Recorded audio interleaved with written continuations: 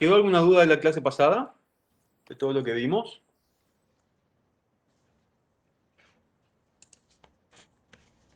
No, parece que no. En caso otorga. Un repaso general así de lo que se dio. Un repaso general no nos va a dar el tiempo, pero sí es importante que sepamos dónde quedamos. A ver, ¿qué vimos la clase pasada?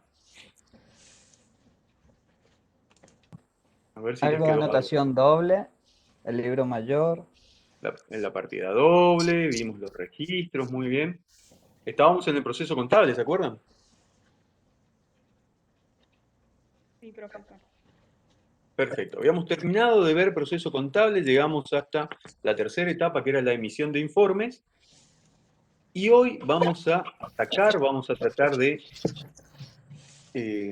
tener un panorama al detalle de los elementos del patrimonio. ¿Se acuerdan que mientras íbamos desarrollando los temas anteriores hablábamos de los elementos del patrimonio? Y cuando hablábamos de los elementos del patrimonio, decíamos que el patrimonio estaba conformado muy por arriba, esto no es un concepto para rendir, ni mucho menos para probar, pero para ir introduciéndonos en el concepto de patrimonio, decíamos que el patrimonio era todo lo que un ente tenía, le debían o él debía a terceros. Traducción, bienes, derechos y obligaciones, ¿se acuerdan? Sí, En profe. general, en general eso sería para nosotros el patrimonio. Ahora vamos a atacar justamente esos elementos del patrimonio. Déjenme que voy a compartir. Si la tecnología me permite.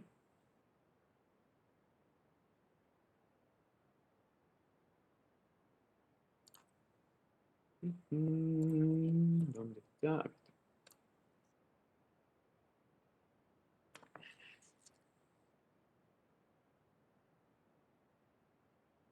Espérenme Profe, que... esto sería la unidad 3, ¿ya?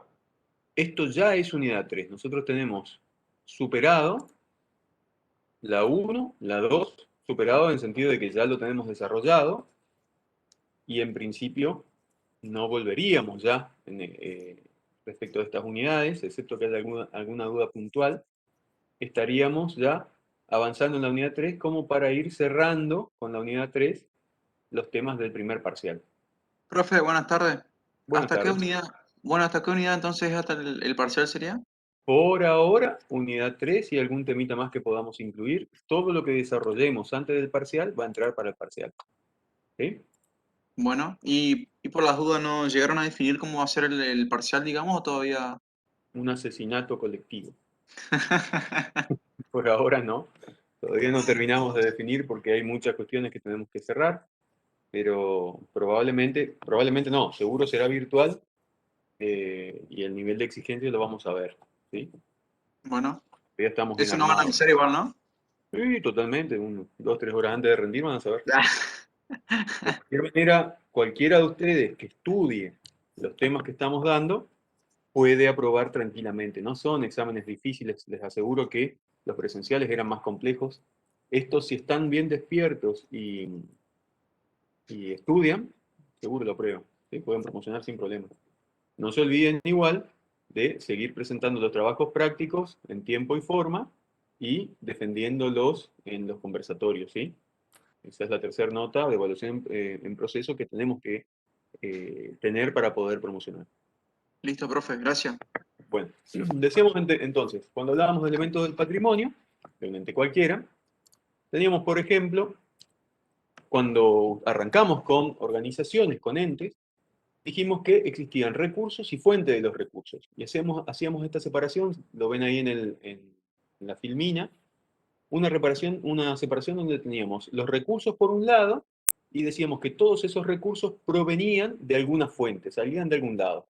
Cuando vimos la teoría dijimos que la fuente de los recursos era aporte de los propietarios, que estaría en el segundo cuadrito de la derecha, en el cuadro de abajo. Reinversión de utilidades, es decir, aquellas ganancias que no se distribuyen y se reinvierten en la actividad que desarrollamos. Y además, la fuente de financiación de terceros, es decir, préstamos, eh, créditos obtenidos, deudas con proveedores, con acreedores. Todas esas eran fuentes de donde surgían los recursos que nosotros poseemos. este análisis lo podemos hacer con nuestra economía personal. Todo lo que nosotros tenemos como persona tiene que haber surgido de algún lado. O surgió de nuestro propio aporte, o alguien nos lo prestó, o alguien nos lo dio en carácter de préstamo, nos dio dinero para que compramos algo también prestado, o en su caso, con lo que fuimos ganando de nuestra actividad, volvimos a invertir en algún recurso nuevo. Muy bien, eso así como está, lo podemos traducir a que los recursos serían lo similar, ¿sí? El sinónimo de activo, que la fuente de los recursos de origen de tercero, ¿sí? Financiación de terceros, serían lo que conocemos como pasivo, y que el patrimonio neto surge de esta diferencia entre activo y pasivo y estaría conformado por los aportes de los propietarios y los resultados o reinversión de utilidades, que lo denominábamos así, en la fuente de los recursos. ¿Se va entendiendo hasta acá? Si tienen alguna duda, me preguntan, si no, continúo. En principio, entonces, el patrimonio, y esto es muy importante que lo veamos bien claramente, el patrimonio es el conjunto de activo, pasivo y patrimonio neto. No confundir patrimonio con patrimonio neto, porque no es lo mismo. El patrimonio es el conjunto de elementos, es decir, de todos los bienes y derechos, activo, recursos, de las deudas, pasivo, ¿sí? Fuente de los recursos, y los aportes de los propietarios y resultados, es decir, patrimonio neto. Todo eso conforma el patrimonio. Cuando hablamos de patrimonio neto, hablamos solamente de esa porción de fuente de los recursos y no de todo el patrimonio. ¿Estamos? Lo aclaro porque muchas veces en los exámenes hay algún tema conflictivo con esa cuestión. Bien, vamos a arrancar ahora con la definición de activo. Una definición muy básica, muy sencilla, sería que los activos son el conjunto de bienes y derechos propiedad de un ente. Muy fácil, ¿no? ¿A alguien le queda alguna duda de qué es el activo hasta acá? No, profe. No. Conjunto de bienes y derechos. Todos los bienes y derechos que tiene un ente, todo eso conforma parte del activo. Bien fácil. Ahora, no podemos definir así el activo en contabilidad básica, porque el concepto de activo en realidad tiene un costado, unos elementos que deben ser cumplidos para ser considerado activo según la normativa vigente, que lo hacen un poco más específico, un poco mucho más específico. Si revisamos las normas contables, ustedes ya saben que tienen que tener por lo menos la RT 16. Si revisamos la resolución técnica 16 de la FAPSE, vamos a ver que cuando habla de activo, dice que un ente tiene un activo, esto es lo que está acá escrito en la filmina, cuando debía un hecho ya ocurrido, dice controla los beneficios económicos que produce un bien, que puede ser material o inmaterial, con valor de cambio o de uso paralelo. Muy sencillo. Vamos a desmenuzar esto, ¿a qué se refiere? Un ente tiene un activo, nos está diciendo, ¿lo que tiene el ente se considera activo? Sí, y solo sí, cuando, debido a un hecho ya ocurrido, controla beneficios. Lo que está encerrando ese concepto de debido a un hecho ya ocurrido, controla los beneficios, significa que para la contabilidad, específicamente para la FAPSE, un ente no puede tener activos potenciales. ¿Saben qué son los activos potenciales? Posible activo que se pueda tener en el futuro. Lo que se pueda. Exactamente. Es un activo que va a aparecer más adelante, que está unido, acuérdense que todo lo que va a ocurrir en el futuro es incierto. ¿Por qué? Porque no sabemos si va a ocurrir o no. No sabemos si vamos a estar vivos para poder evaluar ese activo en particular. Significa entonces que el activo potencial, el activo que depende de un hecho futuro incierto, no puede ser considerado activo. Un ejemplo bien sencillo de esto es, ojalá que les pase a ustedes, imagínense que sus tutores, padres o encargados, si es que todavía son menores y dependen de alguien, les haga la siguiente promesa. Si ustedes se reciben en 5 años, les regalo un auto. Sería buenísimo, ¿no? Quiero un Mustang. Un auto, dije, no, tu papá, tus tutores no creo que sean tan tan fáciles de convencer como para que te pidan te van a pedir que lo hagas en 3 años para regalarte el Mustang. Vamos por algo más terrenal, vamos a suponer que un auto usadito, algo que nos permita ir y movernos, que podamos cargar los cientos de Gol miles de tren. pesos que... ¿Cómo? Gol. Un golcito tren, claro, puede ser un gol tren, claramente. Bueno, supongamos que el padre de ustedes les hace esa promesa de que padre o tutor o responsable les dice, yo, si ustedes se reciben en 5 años, yo les regalo el auto. ¿Pueden ustedes considerar que ya tienen un activo? ¿Que ya tienen el auto? No, No. No. Negativo, profe. Futuro e incierto. Eso es un activo potencial. No lo puedo considerar un activo. Porque para que sea considerado activo, tiene que haber ocurrido el hecho que me permite a mí, que me asegura a mí, controlar los beneficios que genera ese activo. ¿Se entiende? Sí o sí tiene que haber ocurrido el hecho. Pero además le agrega otra característica al activo. Dice que los beneficios que produce ese bien deben ser traducidos en algún tipo de valor, sea de cambio o de uso. Lo que está tratando de definir la norma es qué se entiende por valor económico. Un bien, un elemento del patrimonio, va a tener valor económico cuando podemos decir que tiene o valor de cambio o valor de uso. ¿Cuándo un ente tiene valor de cambio? Cuando un bien tiene valor de cambio, va a tener valor de cambio cuando yo a ese bien lo puedo cambiar por otro activo, por dinero, puedo cancelar obligaciones o puedo distribuirlo entre los propietarios. 4 opciones para saber si ese activo tiene valor de cambio. Repetimos, cuando yo ese activo, ese bien, lo puedo cambiar por efectivo, por otros activos, cancelar obligaciones o distribuirlo entre los propietarios, puedo decir que ese activo tiene valor de cambio.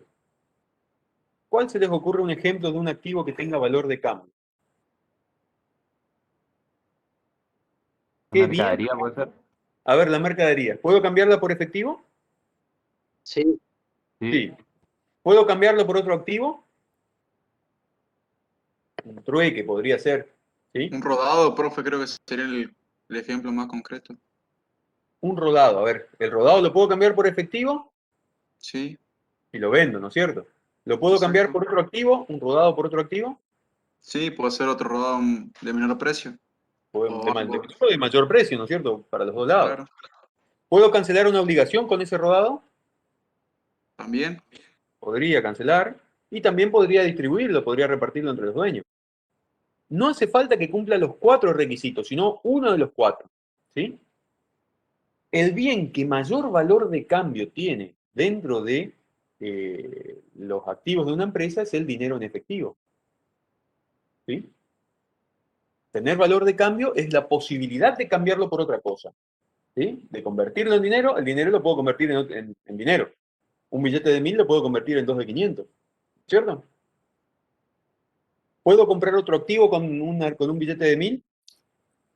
sí, Sí. ¿Puedo cancelar una obligación con un billete de 1000? sí, Sí. ¿Y puedo distribuirlo entre los propietarios? sí. Sí. O sea que el dinero es el que mayor valor de cambio tiene.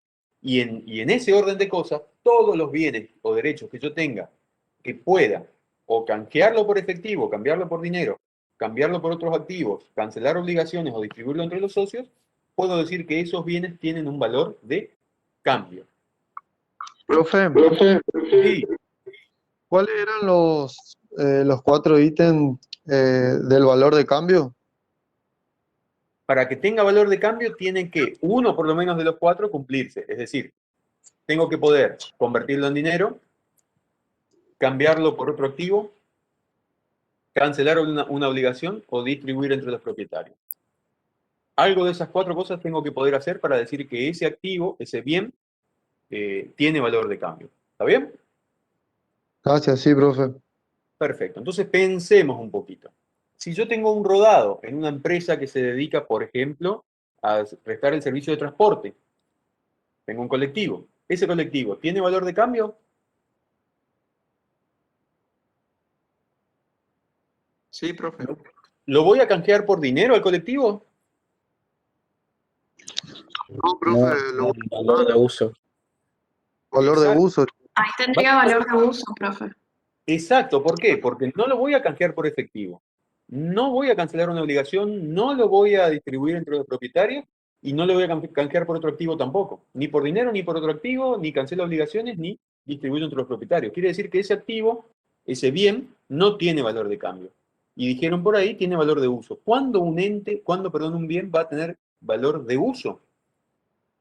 Cuando yo a ese bien lo puedo utilizar en forma individual o en conjunto con otros bienes para generar flujos positivos de dinero.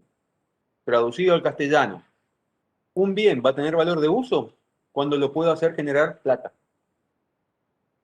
¿Solo al bien o a ese bien en conjunto con otros bienes? ¿Se va entendiendo?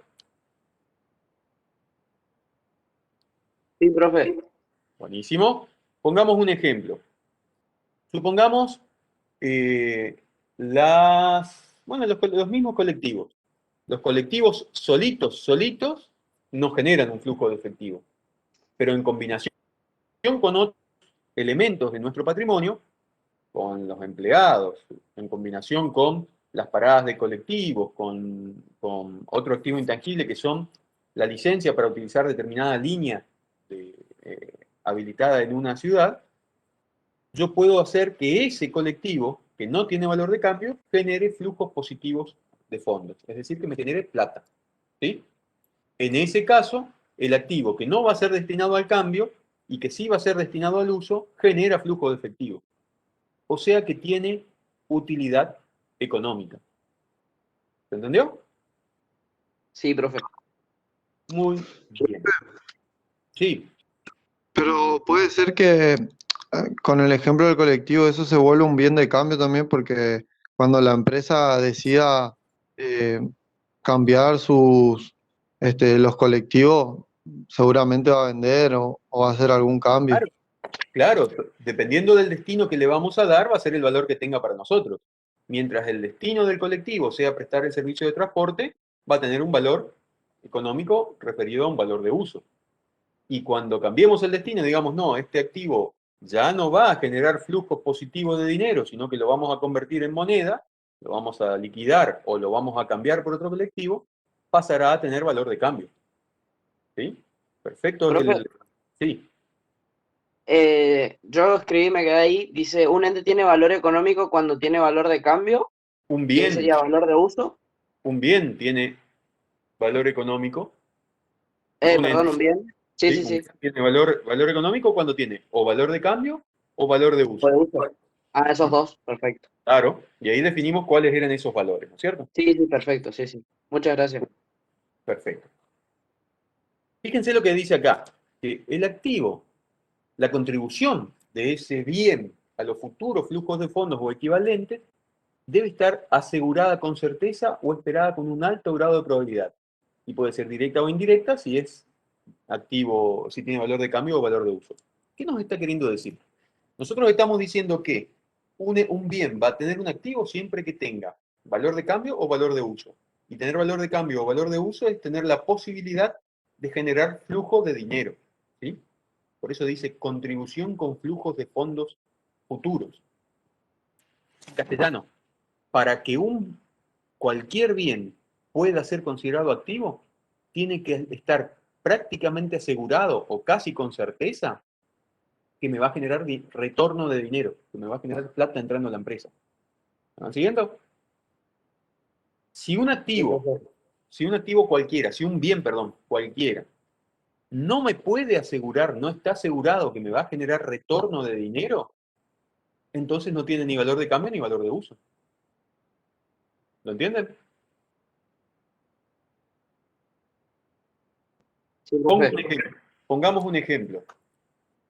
Hoy en día, una remera color verde loro. ¿Sí? Se ubica una remera color verde loro, con mangas rojas. ¿Será que se puede vender bien? No, profe. Está difícil, ¿no? Depende del gusto. Depende del gusto, sí, sobre gusto no hay nada escrito, pero supongamos que es un color que nadie quiere usar. Nadie quiere usar ese color No es de buen gusto, encima es sintética, pica cuando te la pones. Es un bien que nosotros tenemos en la empresa, pero las perspectivas que tenemos es de que no se lo vamos a vender a nadie. Con lo cual no tendría valor de cambio, porque no lo puedo cambiar por efectivo, no lo puedo distribuir entre los socios, no puedo pagar deudas con eso, no lo puedo cambiar por otro activo ni por efectivo. Y tampoco tiene valor de uso. ¿Por qué no tiene valor de uso? Porque no me va a permitir generar flujo de efectivo. A menos que se le ponga a un payaso que haga algún tipo de malabar y le den unas monedas por el malabar que hace, pero en general no estaría pudiendo generar flujos positivos de dinero en el futuro. Quiere decir que ese bien, esa remera verde oro con mangas rojas, no estaría cumpliendo los requisitos de tener un valor económico para ser considerado activo. ¿Por qué? Porque no contribuye con un flujo futuro de fondos. Y al no tener flujo futuro de fondos, perdió calidad económica, perdió valor económico. ¿Se entiende? Sí, profe, perfecto. ¿Podríamos dejar esa remera dentro del activo o tendríamos que sacarla del activo? Tendríamos que sacarla. Lo tendríamos que sacar del activo. Muy bien. Entonces decíamos que para que sea activo, fíjense cómo cerramos el concepto de activo. ¿Cuándo un ente cualquiera va a tener un activo? Cuando, debido a un hecho ya ocurrido, si no existen, el ente controla los beneficios que genera ese activo. Y esos beneficios que genera se representan en la posibilidad o la entidad que tiene de generar o un valor de cambio o un valor de uso. En ambos casos, ¿cuándo va a tener valor económico? Cuando de alguna manera, con el uso o con el cambio por otros activos o por efectivo, genere retorno de dinero, genere flujos positivos de dinero, genere plata entrando a la empresa. Fíjense que es una visión súper financiera. Va a ser activo si me genera plata, digámoslo en castellano, ¿no es cierto? Si puedo recuperar plata, perfecto, es un activo. Si no me permite que vuelva plata de alguna manera, por su uso, por su cambio, por su venta, entonces no es activo. ¿Entiendes? A ver. Sí, profe, se entiende. Muy bien, espérenme que volvemos al anterior. Le quería explicar esto de acá.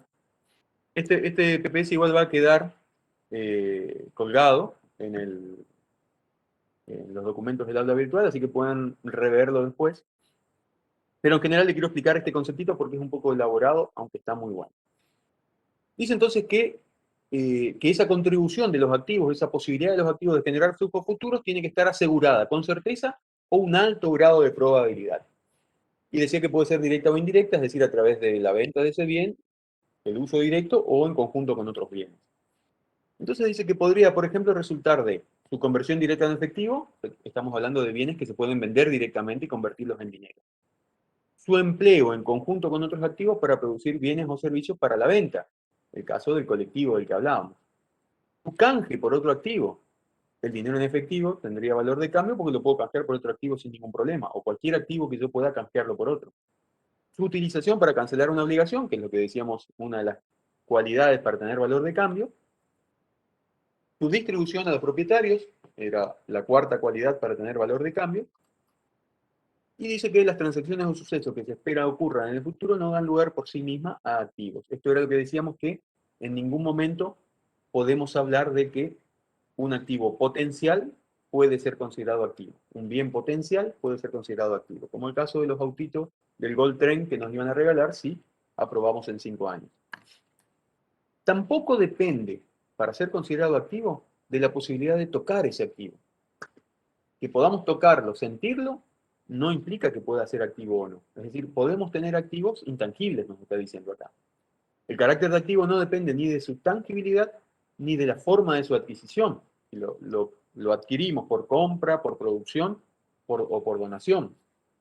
Ni de la posibilidad de venderlo por separado, ni de la erogación previa de un costo, ni del hecho de que su propiedad esté protegida legalmente. Por ejemplo, imaginemos nosotros que compramos un automóvil, ¿sí? Cuando compramos el auto, firmamos normalmente un 08, ¿no es cierto? Firmamos un boleto de compra-venta, firmamos unos papeles, y entre el momento en el que tenemos la tenencia del bien, nos entregan el auto, hasta el momento en el cual inscribimos el bien en nuestro nombre, puede transcurrir un periodo de tiempo. ¿Cuándo vamos a registrar en nuestra empresa a ese bien como un activo nuestro? ¿Cuando adquirimos la posesión del bien o cuando registramos en el registro de propiedad del automotor el bien a nuestro nombre? Cuando se Cuando lo registra. registramos a nuestro nombre. Veamos. Vamos a ver que si cumplimos con todo lo que necesitamos para ser considerado activo, porque de eso depende cuándo le damos de alta en nuestra empresa, en nuestra contabilidad como un activo. Si nosotros tenemos el rodado, lo pagamos ya, entregamos el dinero, nos entregaron el rodado, todavía no tenemos el título, pero ya lo estamos haciendo trabajar en la calle. ¿Sí? Ya estamos yendo a buscar la yerba para meterla al secadero. Me pregunto, por un hecho ya ocurrido, ¿controlo los beneficios que genera el rodado? Sí, se controla. Se controla. El dueño anterior ya no puede manejar el auto, lo manejo yo, ¿no es cierto? Sí, Yo soy el que dice cuándo se va el auto y cuándo viene. Y ya lo afecto a la actividad que me genera flujo de fondos. Controlo los beneficios que genera por un hecho ya ocurrido. ¿Tiene valor económico ese rodado para mí? sí, tiene valor económico. Tiene valor económico. ¿Está a mi nombre el bien? No, en el caso que usted dijo, no. No está a mi nombre. Pero yo controlo todo lo que estoy diciendo. Ya tiene valor económico, controlo los beneficios que genera y es un bien tangible encima. ¿Lo puedo considerar como activo? Sí, Sí. Sí, profe. Principio de realidad económica, por la cual tenemos que tener en cuenta la realidad económica por encima del velo jurídico. En castellano, en papeles no es mío. La realidad económica indica que ese es un activo para mí. Lo debo registrar, mientras hago los trámites para inscribirlo a mi nombre. Legalmente no va a figurar como un bien propiedad de la empresa. Pero la realidad económica indica de que solo está faltando hacer el trámite administrativo. Mientras tanto, yo controlo los beneficios, existe por un hecho ya ocurrido, controlo esos beneficios, el activo tiene valor, el bien tiene valor de cambio para mí, o de uso, utilizando para llevar la yerba al secadero, cumple todos los requisitos. Para mí es un activo. ¿Se entiende? sí, se entiende. Y acá es donde muchas veces se discute. Dice, las características de los activos deben ser propiedad del ente y deben ser susceptibles de valoración. La propiedad económica muchas veces difiere de la propiedad legal. El caso es el de este auto que estábamos viendo. Es propiedad del ente, aunque todavía no está inscrito. ¿Me siguen? La realidad económica nos dice que el bien me pertenece a mí. Si bien en papeles no es así, cuando haga los papeles me va a pertenecer. Mientras tanto, yo controlo todo lo que ocurra con ese bien.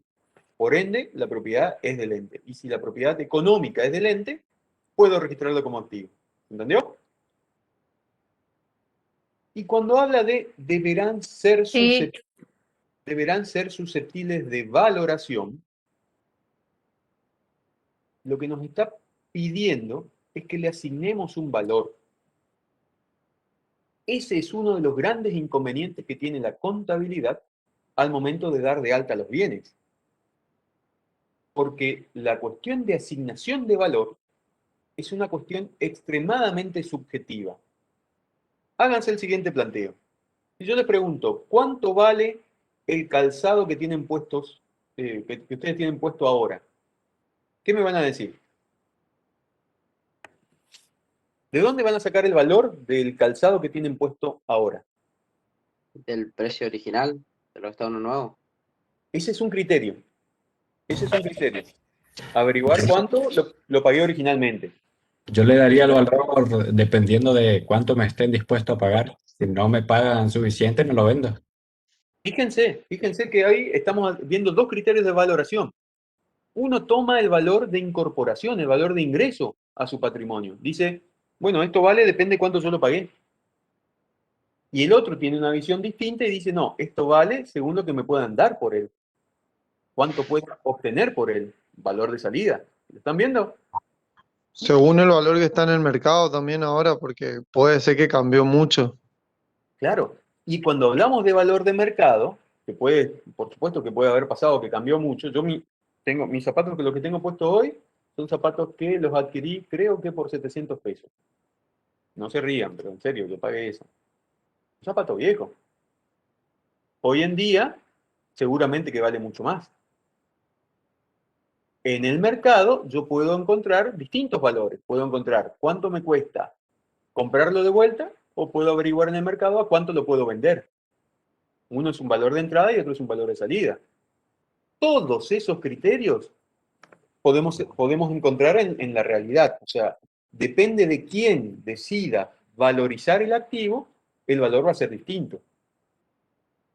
Significa entonces que si en la norma contable nosotros no hubiéramos regulado qué valor le tenemos que asignar a los bienes, cada bien va a valer distinto, depende de quién registre ese bien. ¿Me van siguiendo lo que quiero decir? Acá, en esta conversación, hay uno que valorizó, que dice que el valor de sus bienes está dado por cuánto pagó cuando lo compró.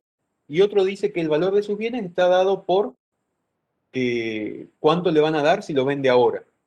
Si la misma empresa le pide un balance a uno y esa misma empresa le pide un balance a otro, ¿el valor de los bienes va a ser distinto en uno y otro balance? Sí. Sí. Sí, va a ser distinto. Eso está mal.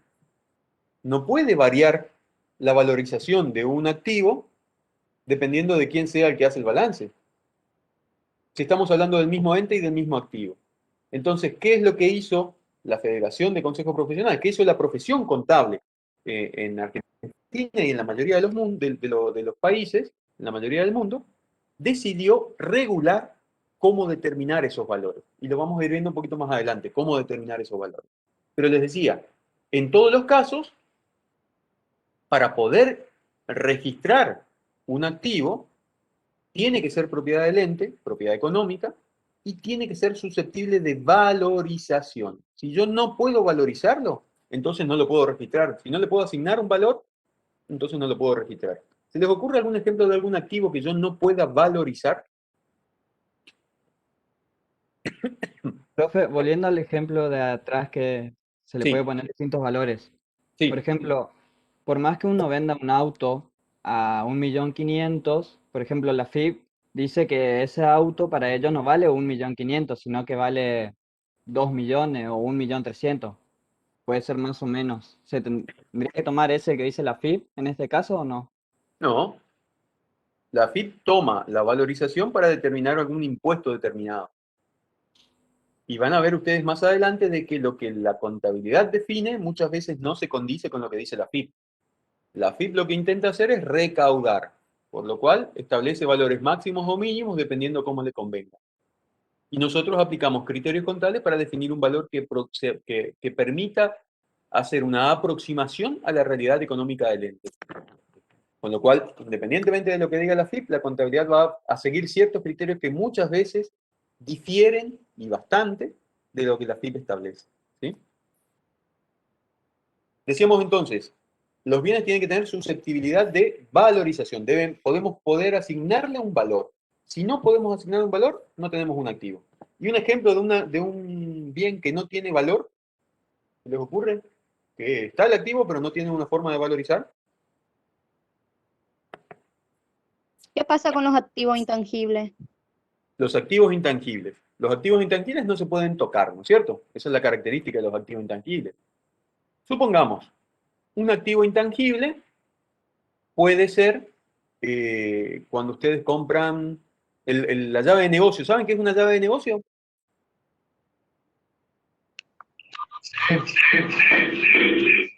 La llave de negocio es como el prestigio que tiene un local.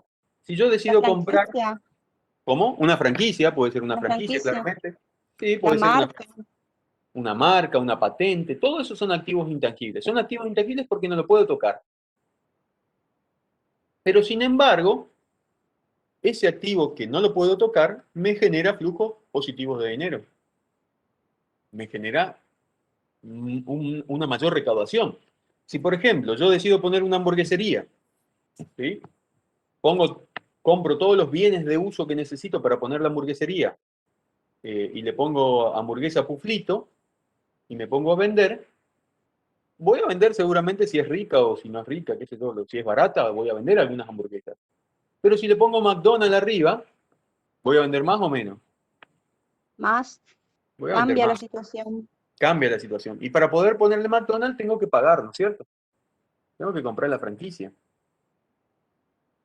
Es más, no solo tengo que comprar la franquicia, tengo que llevarle a los empleados a una universidad de McDonald's. Acá funciona en Brasil. Yo tengo que hacer estudiar procesos, formas, métodos. Todo lo que compre del local tiene que estar regulado según lo que dice McDonald's. Esa franquicia, que yo la pago, me va a permitir vender por encima de lo normal. Me va a permitir vender más que si hubiese puesto solo una hamburguesería. Y ese es un activo intangible. Si yo lo puedo valorizar, lo puedo registrar. En este caso lo voy a poder valorizar porque va a depender de cuánto dinero tengo que pagar. Sin embargo, hay otros activos que no los puedo valorizar. Y como no los puedo valorizar, no los puedo registrar. Por ejemplo, ¿alguien comió alguna vez de un carrito hamburguesero? ¿Quién no? ¿Quién no? Después del boliche. ¿Puede comentar donde digan, ese lugar realmente es rico y barato, lindo, barato como mercadería de turco? El de la esquina de Samsa. Coincido con vos. El carrito de la esquina de Samsa. Fíjense ese caso. Es cierto que ese carrito hace hamburguesas. Y si alguien quiere una hamburguesa de carrito, es muy probable que sí va a ir a comprar ahí porque es rico y barato. Antes que ir a comprar a cualquier otro lado. Esa persona tiene, ese carrito tiene un prestigio determinado que le permite generar mayores flujos de fondos. Sin embargo, no compró una franquicia como McDonald's. ¿Me van entendiendo? Existe un activo intangible que es el prestigio que tiene, porque hace muy ricas hamburguesas, pero que no tiene un valor económico. No podemos valorizar ese prestigio. A menos que él venda ese carrito y esa forma de hacer hamburguesas a un tercero y le cobre una diferencia a ese tercero. Mientras él no le venda a un tercero, ese activo es un activo que no tiene forma de valorización. Ese prestigio que tiene o esa clientela que tiene no lo puede valorizar. Y como no lo puede valorizar, tampoco lo puede registrar. ¿Se entiende? Prestigio, buen nombre, clientela, son cosas que autogeneradas no se pueden registrar. Solamente se pueden registrar cuando se lo vendo a un tercero y ese tercero paga algo por ese prestigio, esa clientela, ese buen nombre. Tiene que ver también con el posicionamiento que tiene el negocio. Claro. Tiene mucho que ver con eso, sí. Ese buen nombre, ese prestigio que tiene, hace que venda más o menos. Eso que le permite vender más o menos es un activo intangible, pero que no puede ser valorizado, por tanto no puede ser registrado. No está cumpliendo esa característica de los activos y por ende no lo puedo reconocer. ¿Se entiende? Último puntito que teníamos que charlar es que, como ya habíamos dicho antes, no existen activos potenciales, esto de que no existen activos a futuro. ¿Está bien? Le vamos a plantear una tarea que deben realizar. En este caso no hay que entregarlo, pero sí hay que realizarlo y cualquier duda que tienen lo pueden consultar a los correos de la institución, a los correos de la cátedra, a cualquiera de los profesores, especialmente a nosotros que estamos con ustedes, ¿sí? Tienen que buscar en el dossier la bibliografía que les recomendamos y le pedimos que armen un cuadro con las distintas clasificaciones de activos, cómo se clasifican los activos, estudien esa clasificación y le dejamos un desafío después de haber armado esa clasificación de activos y estudiado esa clasificación de activos, el siguiente desafío es: imaginen ustedes una empresa, esto pusimos porque es de la zona, ¿no es cierto? Una empresa yerbatera. ¿Todos saben lo que es una empresa yerbatera? Sí. Sí, Bien. ¿Y saben cómo funciona, cómo se produce la yerba? ¿Más o menos? sí, más o menos sí. Más o menos. Más o menos. Más o menos le explico así muy rápido. La yerba se cosecha de una planta, la planta de yerba, de la cual se sacan principalmente las hojas, algo de tallitos, algo de ramitas se sacan, pero la idea es sacar hoja, porque el palito no se puede comercializar, el ENIM tiene un porcentaje de palito que puede incluir la yerba, y fuera de ese porcentaje ya no se considera yerba, no es un producto comercializable. Eso se junta, esas hojas la cosechan los tareferos. ¿Escucharon alguna vez los tareferos? ¿Sí? Los tareferos son estos Sí. empleados ¿Qué hacen? encargados de recorrer, claro, están encargados de recorrer las plantaciones y ir sacando las hojas, ¿sí? Armando los raídos, se llaman. Si ven acá abajo de desafío, tienen una bolsa grandota que se llama ponchada, le dicen ponchada, y es donde se cargan las hojas. Son unas hojas, unas bolsas que se arman en realidad con un pedazo de tela plástica, así como la que se usa para los pasacalles. ¿Vieron esa tela así en un entramado de plástico? Y en esas bolsas, ¿sí?, se cargan las hojas de arriba y se atan los 4 extremos, ¿sí? Las 4 puntas se atan y queda esta bolsa que ustedes ven acá, que es un raído. Es una ponchada con hojas adentro. Cuando llegan a... ¿Por qué se hace esto? Porque es una unidad manejable de hoja que se carga arriba de los camiones, y cuando llegan al secadero, que es donde van a proceder a secar y a elaborar realmente la yerba mate, se abren esas bolsas y se tira la hoja, después de haber pesado el camión, la tara del camión, se tira esa hoja en un espacio, en una planchada se llama, donde de ahí una máquina la recoge y la mete al secadero para sacarle la humedad a la hoja y poder procesarla. Se estaciona, después se muele y ahí llegamos a nuestra yerba. La cuestión acá es la siguiente. Estas bolsas las provee el secadero, en principio, ¿no es cierto? Esas bolsas, ¿cómo funcionaría? Yo quiero sacar hoja de mi campo, voy, busco las hojas, cargo, las bolsas, digo, estas ponchadas, cargo esa hoja que yo quiero venderle, la llevo al secadero y ahí dejo mis hojas y las bolsas de vuelta. Entonces leamos. Dice que en una empresa yerbatera compra a varios productores yerba verde, es decir, la hoja verde, para el proceso productivo. La yerba es entregada en unas bolsas de plástico similares a las que se usan para fabricar pasacalles, anudadas en la parte superior, como muestra en la foto. Dichas bolsas son acumuladas por el gerente de producción, pues las considera muy onerosas, muy caras, y no las quiere tirar. Es cierto, la ponchada es cara. Es cara. No es caro, pero acumulando muchas de estas bolsas que pueden ser reutilizables, tirarlas es un desperdicio. El gerente de administración considera que pagó dichas bolsas con el precio de la hoja verde y que por ello no se deben devolver a los productores, que por otro lado no se lo reclamaron. El contador se encuentra con las mismas al tomar inventario de las existencias y se pregunta si dichas bolsas son activos para el ente. ¿Ustedes qué opinan?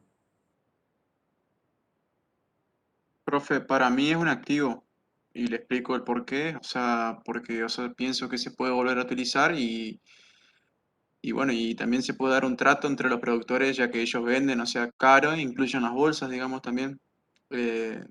Después se le puede devolver, por así decir, las bolsas a los productores y ellos reducen el precio, o sea, para las futuras compras. No sé si me Profe, entendí entender o le perdí. Está bueno. Creo que pasa Profe, lo mismo o que sea, el y también, auto. también es un bien de cambio, también es un bien de cambio porque, o sea, cambiamos el recurso, o sea, la bolsa por un descuento sería, por una futura compra.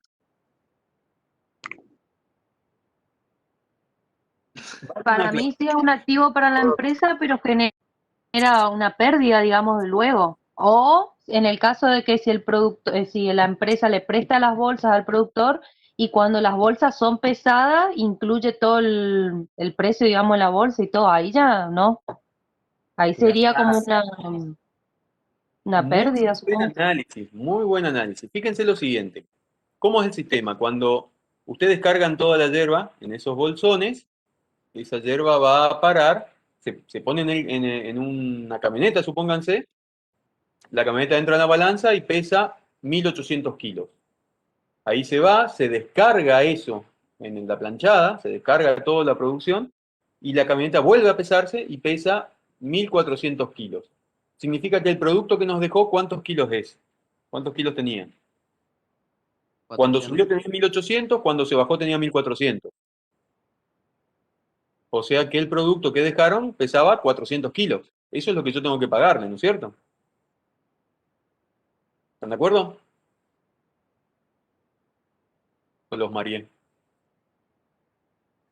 Sí, para mí sí. Perfecto, bueno. En principio dejaron 400 kilos de yerba, pero esa yerba incluía el peso de la bolsa.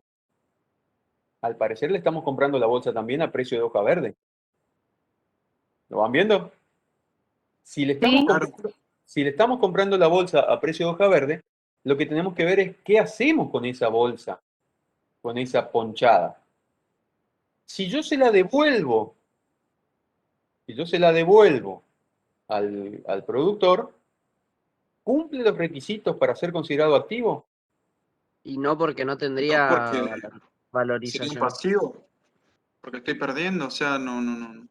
¿Me Si va a yo lo estoy generar pagando, flujos futuros de yo ingreso? lo estoy. No porque ya viene con la yerba. Viene con la yerba. No me va, si yo se las devuelvo, no me genera flujo positivo de dinero en el futuro por cambio porque ya no los voy a tener. No me genera flujo positivo de dinero por su uso porque ya no las voy a tener. O sea que no podría ser considerado activo. Y si me quedo con esa Pero bolsa, no se puede volver, o sea, si me las quedo, no se puede volver a reutilizar, digamos. O sea, si me las quedo. si me las quedo, ¿cuándo las voy a utilizar? Cuando vuelva a cosechar, Claro, cuando vuelva a cosechar todo. Cuando vuelva a cosechar. Si yo les doy a los productores esa bolsa y la vuelven a pesar, me la vuelven a vender a mí. Les estoy regalando las bolsas. A nosotros no nos sirve, tendríamos que venderlas para que no Tendríamos genere que un activo. venderlas, tendríamos que generar efectivo con esas bolsas, si no, no me sirve. ¿Entiendes? profe, ¿y Sí. no hay la posibilidad de pesar solo lo que es hierba, digamos? Sí, O sea, señor, que- ahí está el camino, me gusta esa. La segunda opción es que yo no me quede con las bolsas, las devuelva a las bolsas, las devuelva al productor, y lo que yo tengo que pesar es la hoja sola. Quiere decir que la camioneta tiene que pesar con todo el producto arriba, descargar la hoja, dejar las bolsas sobre la camioneta y volver a pesar la camioneta. Cosa de que solamente yo pague el neto, que de hecho ese es el sistema que se utiliza. ¿Sí? Solamente la hoja es lo que yo le voy a pagar, no las bolsas, la hoja y las bolsas que utilizan para traer. ¿Se entiende? Bueno, esto en realidad... Profe, hay empresas que revenden. Sí. Hay empresas que revenden. Hay un universo acá, porque muchas de las empresas, normalmente el productor se lleva su bolsa, porque no va a salir a comprar bolsa nueva para levantar la otra producción. Entonces hace lo que yo les digo. Deja la bolsa de arriba de la camioneta y se la lleva de vuelta. No nos vende hoja. Nos vende solo hoja, no nos vende bolsa. Y hay empresas que se quedan con la bolsa porque tienen producción propia y les sirve para ir a buscar su propia hoja verde en el campo. Es decir, secaderos que además tienen campo, no le compran toda su producción a terceros, entonces utilizan esa bolsa para volver a traer su propia hoja verde a su secadero. ¿Se entiende? La idea de esto es que ustedes en este concepto evalúen si cumple con los requisitos o no para ser considerado activo. Esa era la idea del desafío. Lo vamos a dejar picando ahí, piénsenlo bien y plantéense ustedes un ejemplo en una actividad que conozcan, que puede no ser la yerbatera, de algún caso así particular, que sea un envase.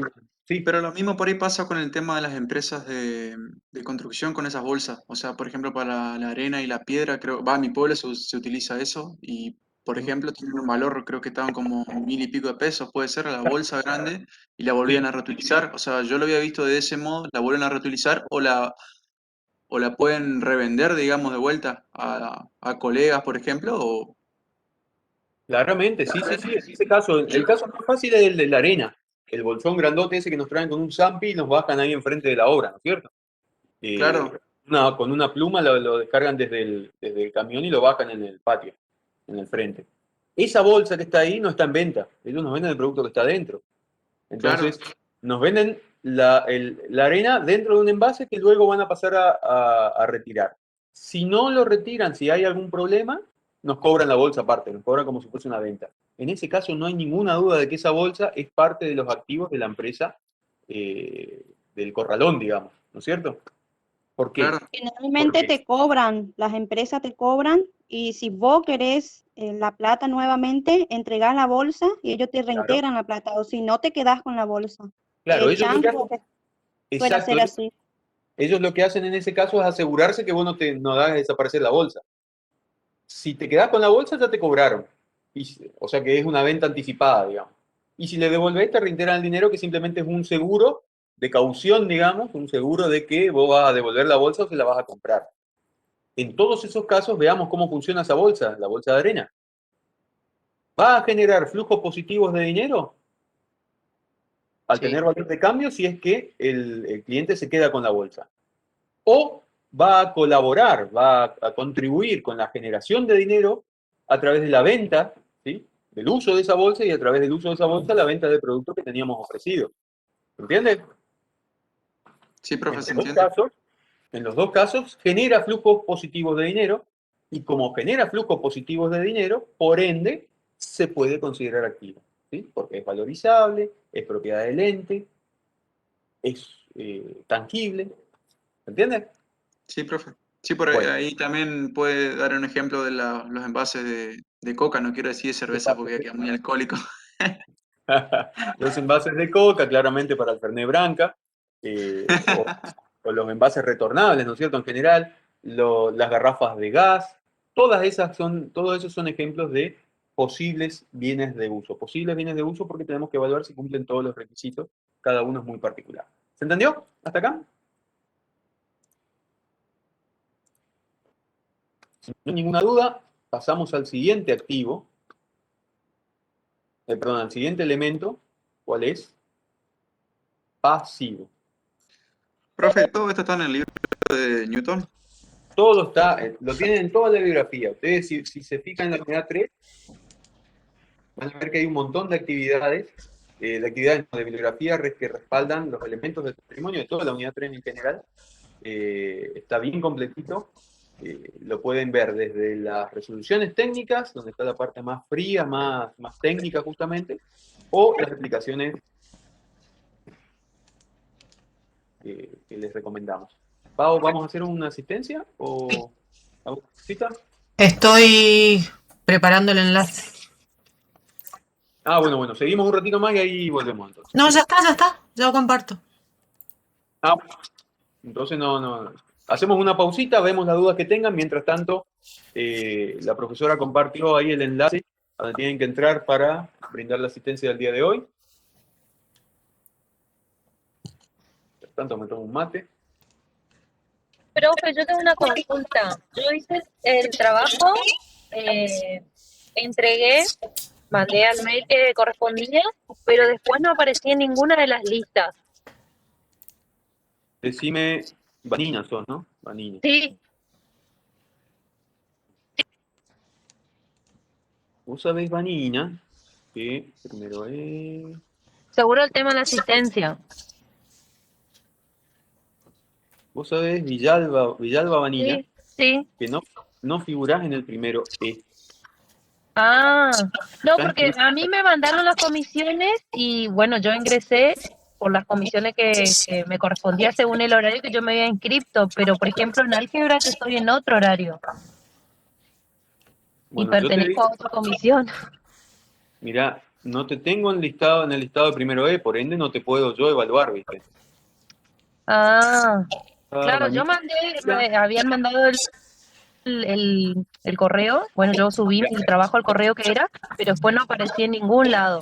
También puede ser por el hecho de que yo estoy condicional. Tu número, sí puede ser, tu número de documento es 34-181-918. Sí. Bueno, vos estás en la comisión C. Ah, bueno. Significa esto que tenés que sí o sí reportarte a la comisión C. Ah, bueno, Asistencia bueno. es este mismo horario, pero en el otro link. Ah, bueno, yo entré mal entonces. Sí, Pero asistencia, ahora puedo la asistencia en este link o tengo que... y hasta ahora todas las asistencias que estás cargando acá quedan sin efecto porque nosotros no administramos a esta alumna, a vos, digamos. No tenía. Ingresá a la otra. ¿Ingreso al otro? al otro link y da la asistencia ahí y presentá ahí los trabajos porque si no vas a seguir como ausente. Claro, sí, sí. ¿Mm? Bueno, entonces voy a salir de acá, voy a ingresar a la otra. Gracias. Entonces estoy en la comisión E. Comisión C. Esta es la E. Ah, En la bien. comisión C. Bueno, voy a ingresar en la otra entonces. Gracias. No, por favor, hasta luego.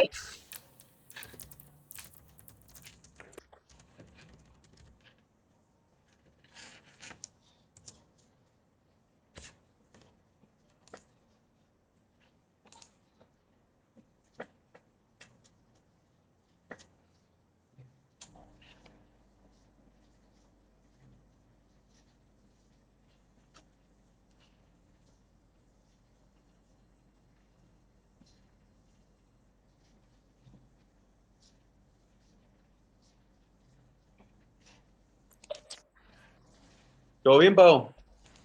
Sí, va sumando. Me voy a Va sumando.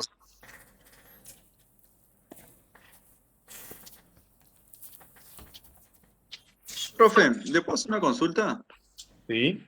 A mí me quedó picando algo, o sea, entendí, pero más o menos, digamos, y yo le iba a preguntar el día del viernes sería, me reolvidé, con respecto, o sea, si la contabilidad era, o sea, cómo era denominada, si era un sistema o un subsistema, que yo creo que lo respondí ahí en el trabajo sería, que yo había puesto que era un sistema, bueno, y dilo porque era un conjunto de elementos interrelacionados, bueno, y todo eso. Y también puse que era un subsistema por el hecho de que estaba el tema del sistema contable, el sistema de información, y que por eso también era un subsistema. ¿Está bien así? O sea, Está perfecto, sí, sí, sí. Es un sistema. o sea que el sistema contable y el sistema de información están dentro del sistema, o sea, de la contabilidad, digamos, por eso se lo denomina como un subsistema. La contabilidad está dentro del sistema de información. Por No eso, forma parte. o sea, claro, o sea, la contabilidad engloba todo, digamos, a los otros dos grupos. No, ¿No? no, no, no. No, el sistema de información engloba a la contabilidad. Ah, Velo, bien. velo así. Una organización cualquiera necesita de mucha información para funcionar. No solo la interna, sino la externa también. Para saber si vender, de qué color vender, de qué tamaño, a quién ofrecerle, cómo ofrecerle. Toda esa información no la puede sacar de la contabilidad. Lo saca del mercado, lo saca de otros lugares, digamos. Ah, Entonces, sí, ahora entiendo, profe. claro, la contabilidad colabora con la formación o con la toma de decisiones, colabora con esta cuestión, con la organización, pero no es el único proveedor de información. Nosotros sacamos información de todos lados. Claro, sí, ahora entiendo. Yo lo había visto desde el punto de, por ejemplo, decir, bueno, lo veía como una empresa y decía, bueno, la contabilidad es como el jefe y el sistema contable y el sistema de información eran como los otros subsistemas, digamos, de la misma empresa, entre comillas, que sería la contabilidad. Claro, Desde ese nosotros, punto lo había visto, pero no, ahora lo entendí mejor, profe. nuestra profesión se caracteriza porque somos servidores, no ordenadores. Ujú. Nosotros servimos para. Claro, sí, entiendo, profe. O sea, no solamente nos quedamos, digamos, metidos en un solo tema, sino que, claro, o sea, buscamos sí o sí lugares externos para tomar algunos datos y esas cosas. Claro, claro, siempre la fuente de información es muy amplia. Los lugares donde vamos a sacar información, mientras más amplios y variados, nos va a ser mejor, digamos. ¿Sí? Claro, sí, entiendo. Perfecto. Bueno. Gracias, profe. No, ¿Listo? por favor. ¿Listo, Ariel? Bueno, continuamos entonces. Asistencia cerrada. Vamos entonces ahora a el pasivo. El primer elemento que habíamos hablado se refería a los recursos, entiéndase entonces, activos, ¿sí? Vimos toda la clasificación de... No vimos clasificación de activos, ustedes deben buscar, les queda como tarea, buscar la clasificación de activos, ¿sí? Estudiarla. Ahora vamos a ver pasivos. Cuando vimos los elementos del patrimonio, vimos que los recursos para nosotros eran activos y de la fuente de los recursos teníamos a lo que denominamos financiación de terceros o pasivos. Y además el patrimonio neto, que era aporte de los propietarios y reinversión de utilidades. ¿Se acuerdan? ¿Qué son los pasivos? Vieron que cuando hablamos de recursos, de activos, dijimos bienes y derechos, ¿no es cierto? Cuando hablamos de pasivos, la explicación muy sencilla, muy por arriba, muy básica de primaria, es que los pasivos representan deudas, obligaciones o compromisos que posee la organización para con terceros. ¿Está bien? Todos conocen qué se entiende por pasivo. Todos tuvieron alguna vez un pasivo, ¿saben qué son las obligaciones? Deudas más que nada. Deudas, una forma de definirlo son como deudas, exactamente. Las obligaciones pueden ser de dar, y al momento de hablar de dar, pueden ser de dar dinero o de dar bienes, de hacer, por ejemplo, prestar un servicio, o de no hacer, no pasar en rojo. ¿Así bien? Las obligaciones que nosotros vamos a evaluar en contabilidad, de la que vamos a hablar, van a ser siempre obligaciones relacionadas con la economía, obligaciones que impliquen aspectos económicos. ¿Está bien? Según la resolución técnica, la 16, así como hablábamos nosotros que un ente tiene un activo cuando debido a un hecho ya ocurrido, controla los beneficios que genera, ese bien, y ese bien puede ser susceptible de valorización, es decir, puede tener valor económico o valor contable. Acá vamos a decir que un ente tiene un pasivo cuando debido a un hecho ya ocurrido, vieron que es re parecido, ¿sí? Cuando debido a un hecho ya ocurrido está obligado a entregar activos, dinero o bienes, o a prestar servicios a otro ente. O si no es una obligación certera, hay un alto grado de probabilidad de que tenga que hacerlo. ¿Está bien? Pero además tiene ciertas características. Ese pasivo para ser considerado pasivo. La cancelación de la obligación debe ser ineludible. ¿Qué canejo quiere decir ineludible?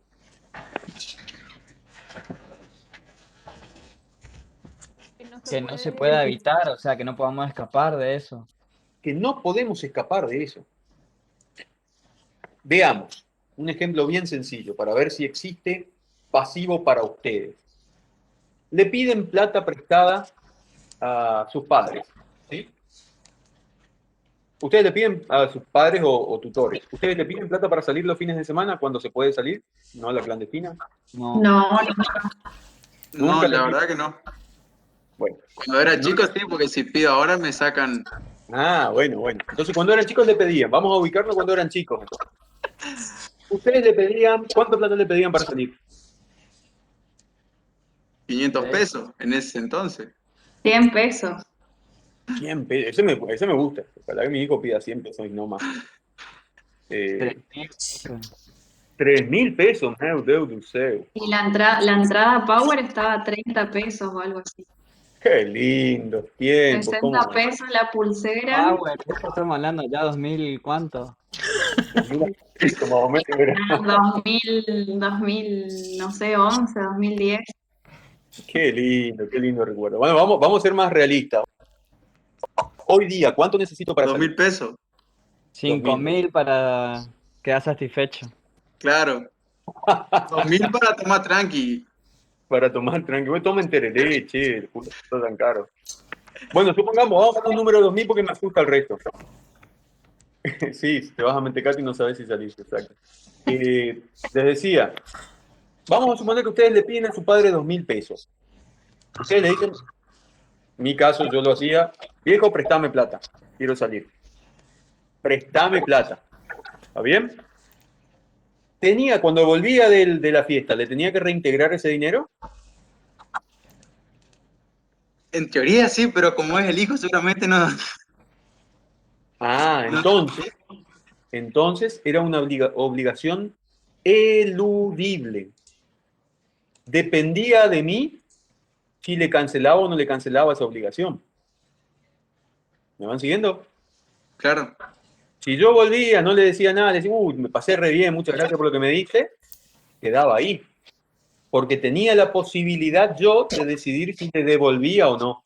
En un rap de locura, podría decir, bueno, sí, le devuelvo. Pero normalmente no, porque no tenía ingresos propios, con lo cual el decir, préstame plata para salir, era una forma de decir. En realidad no era un préstamo, todas las formalidades de una obligación. Porque la obligación era eludible. Dependía del deudor decidir si la cancelaba o no. ¿Me siguen hasta ahí? Sí, profe. Bueno, ahora vamos a otro ejemplo, devenido también de la familia. Imagínense ustedes que se van el fin de semana, seguramente hay mucha gente que está viviendo acá o en época de presencialidad vive en Posadas, pero su origen es de otro lugar.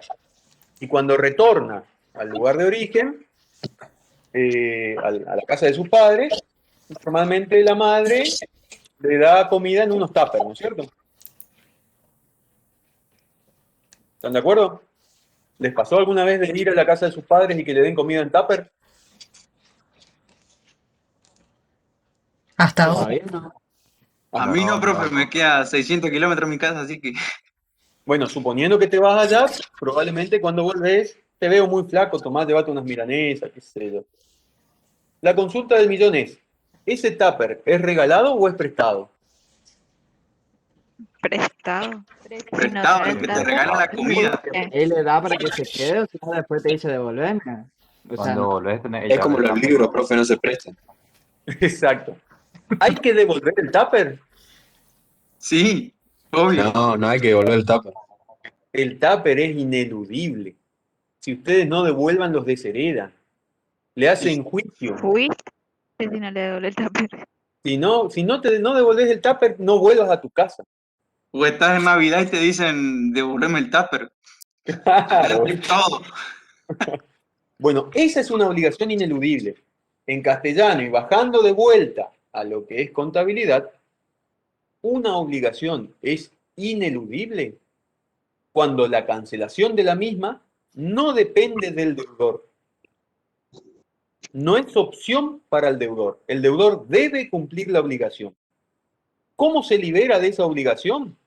Cumpliéndola o cuando por alguna alineación especial de los astros, el acreedor se lo perdona.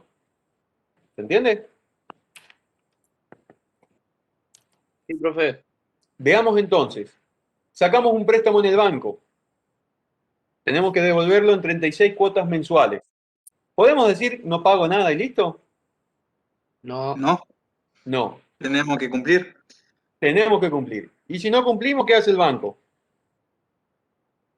Nos embarga la casa. Nos Desamargar. embarga lo que puede, nos saca hasta la gana de respirar. Pero el tipo se tiene que cobrar. Se cobra como pueda, se lo cobra. Es decir, que el acreedor no pierde el derecho a que le devolvamos el dinero. Nosotros no perdemos la obligación por no pagarla. Tenemos que pagarla, tenemos que cancelarla. A menos de que ocurra algo extraordinario y el banco diga, te perdono la deuda, no pasó nada. ¿Se entiende? esas cosas pasan, profe. En un mundo paralelo puede ser acá. No. Profe, Entonces, pero decía, no hay, no sé, una norma o algo que diga que pasados los 5 años no podés reclamar nada. Otra forma de cancelación de obligaciones es la prescripción, que es lo que dice la compañera. Cuando transcurre un tiempo determinado, un tiempo fijado por norma, durante el cual el acreedor no reclama la deuda no se extingue. Lo que se extingue es el derecho del acreedor a pedir el reintegro del dinero, al pedir el cumplimiento de la obligación. Creo que En son 10 castellano, años acá, ¿no, profe? 10 años. Depende del tipo de obligación. Está entre 5 y 10 años. Esto es variable. Supongamos. Profe, pero en ese caso no tiene que tener nada a nombre de él, ¿no? Porque si no se lo pueden sacar. A esto quiero llegar. La obligación para que se extinga tiene que ser siempre que el acreedor no accione, no haga nada para tratar de cobrarla. ¿Ustedes creen que el banco va a esperar 5 años sin mandarnos una cartita, sin hacernos un juicio para cobrarnos? 45 días ya tenés 5 sobres de carta de documento en el Pero buzón. sí, al segundo día de vencido tenés 10 llamados, parece una enamorada nueva. Te buscan por todos lados, hasta tu vecino se entera que le debe al banco. Ergo, existe realmente un seguimiento que hace que esa prescripción no pueda cumplirse. ¿Está bien? Y ahí sí llegamos a ese efecto que uno no cancele, bueno, el banco va a tratar de mullirse de algún activo que yo tenga para poder cobrarse. Si no le pago en efectivo, y bueno, tratará de ejecutarme algún tipo de activo. Pero entonces, esa obligación, ese préstamo que yo saqué, cumple con este requisito que es que sea por un hecho ya ocurrido, tenga la obligación de entregar activos o de prestar servicios, y además esa obligación sea ineludible. Pero además de ser una obligación que debe ser ineludible, debe ser determinada o determinable. ¿Qué significa esto? ¿Determinada o determinable? Tengo que saber qué tengo que pagar, cuándo tengo que pagar, la fecha en la que tengo que hacerlo, o por lo menos tiene que haber alguna forma de determinar qué pagar y cuándo. Por ejemplo, cuando ustedes sacan un préstamo en dólares, ¿se imaginan un préstamo en dólares? Qué lindo sería. No, profe, acá en Argentina ni loco. Impagable sería eso. Tengo que devolver esos dólares. En pesos lo tengo que devolver, pero a la cotización del dólar. Hoy saco un préstamo que lo voy a devolver en diciembre del 2021.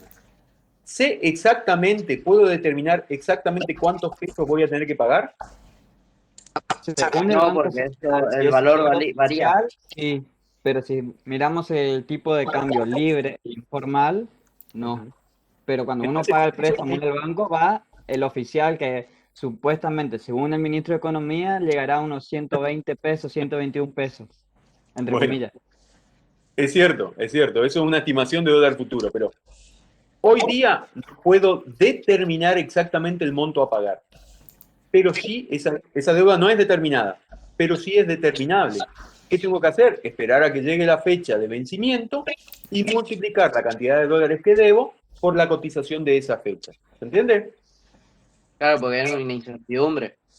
Exactamente, hay algo de incertidumbre, pero esa deuda, aunque no es determinada, es determinable. Por ende, puedo registrarla. ¿Se entiende? Entonces, requisitos para que un pasivo, para considerar que un ente tiene un pasivo. Debido a un hecho ya ocurrido, tiene que estar obligado a entregar algo de dinero, bienes o a prestar un servicio. ¿Sí? La cancelación de esa deuda tiene que ser ineludible y además tiene que ser determinada o determinable. Hasta ahí, bien definido el pasivo. Y dice que estas obligaciones no solo son las legales, sino también las asumidas voluntariamente. ¿Cómo puede ser esto? Una obligación legal y una obligación voluntaria. ¿Cuál es la obligación voluntaria? Se considera que una obligación es voluntaria cuando podemos deducir de nuestro comportamiento que hemos asumido esa obligación para con terceros, creando en ese tercero la expectativa de que yo voy a cumplir esta obligación. ¿Me van entendiendo lo que digo? Sí, profe, o sea, tiene que haber voluntad, o sea... Y esa voluntad no necesariamente tiene que estar por escrito. Puede deducirse de mi accionar que yo tengo esa obligación, aunque no haya escrito, no haya firmado que voy a cumplir esa obligación. Eso significa una obligación voluntaria o asumida voluntariamente. No es necesaria la forma, sí la deducción de que he asumido esa obligación. ¿Se va entendiendo? O sea, por ejemplo, yo le pido plata prestada a usted y usted piensa que yo le voy a devolver y viceversa, ¿no? Claro, vos asumís de que, se asume que vos me vas a devolver ese dinero que yo te he prestado. Para mí eso es un crédito y para vos eso es una deuda.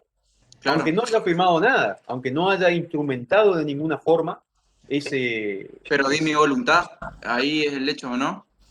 Existe una voluntad y podemos asumir de que esa voluntad va a ser cumplida. Esa obligación existe, aunque no tenga una formalidad. ¿Está bien? ¿Cómo formalizamos?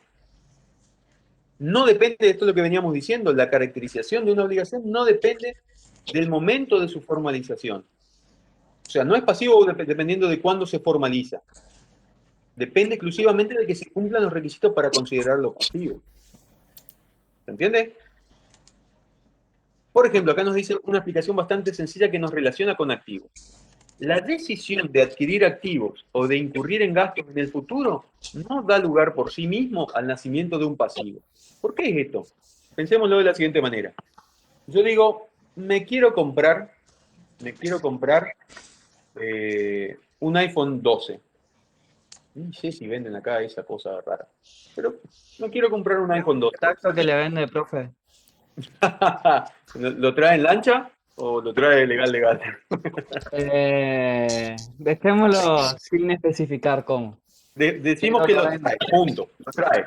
Bueno, supongamos que a ese contacto que trae el iPhone 12, yo le digo, te voy a comprar. Te prometo, tomé la decisión de que me voy a comprar y te voy a comprar el iPhone. ¿Puedo ya registrar ese pasivo? Porque prometí comprar, ¿puedo registrarlo ya como una obligación? No, eso se da en el hecho cuando se da el Todavía no recibieron acuerdo el entre producto, ambas nada, partes. no acordaron nada, no firmaron nada. Firmé un papel donde digo, te voy a comprar.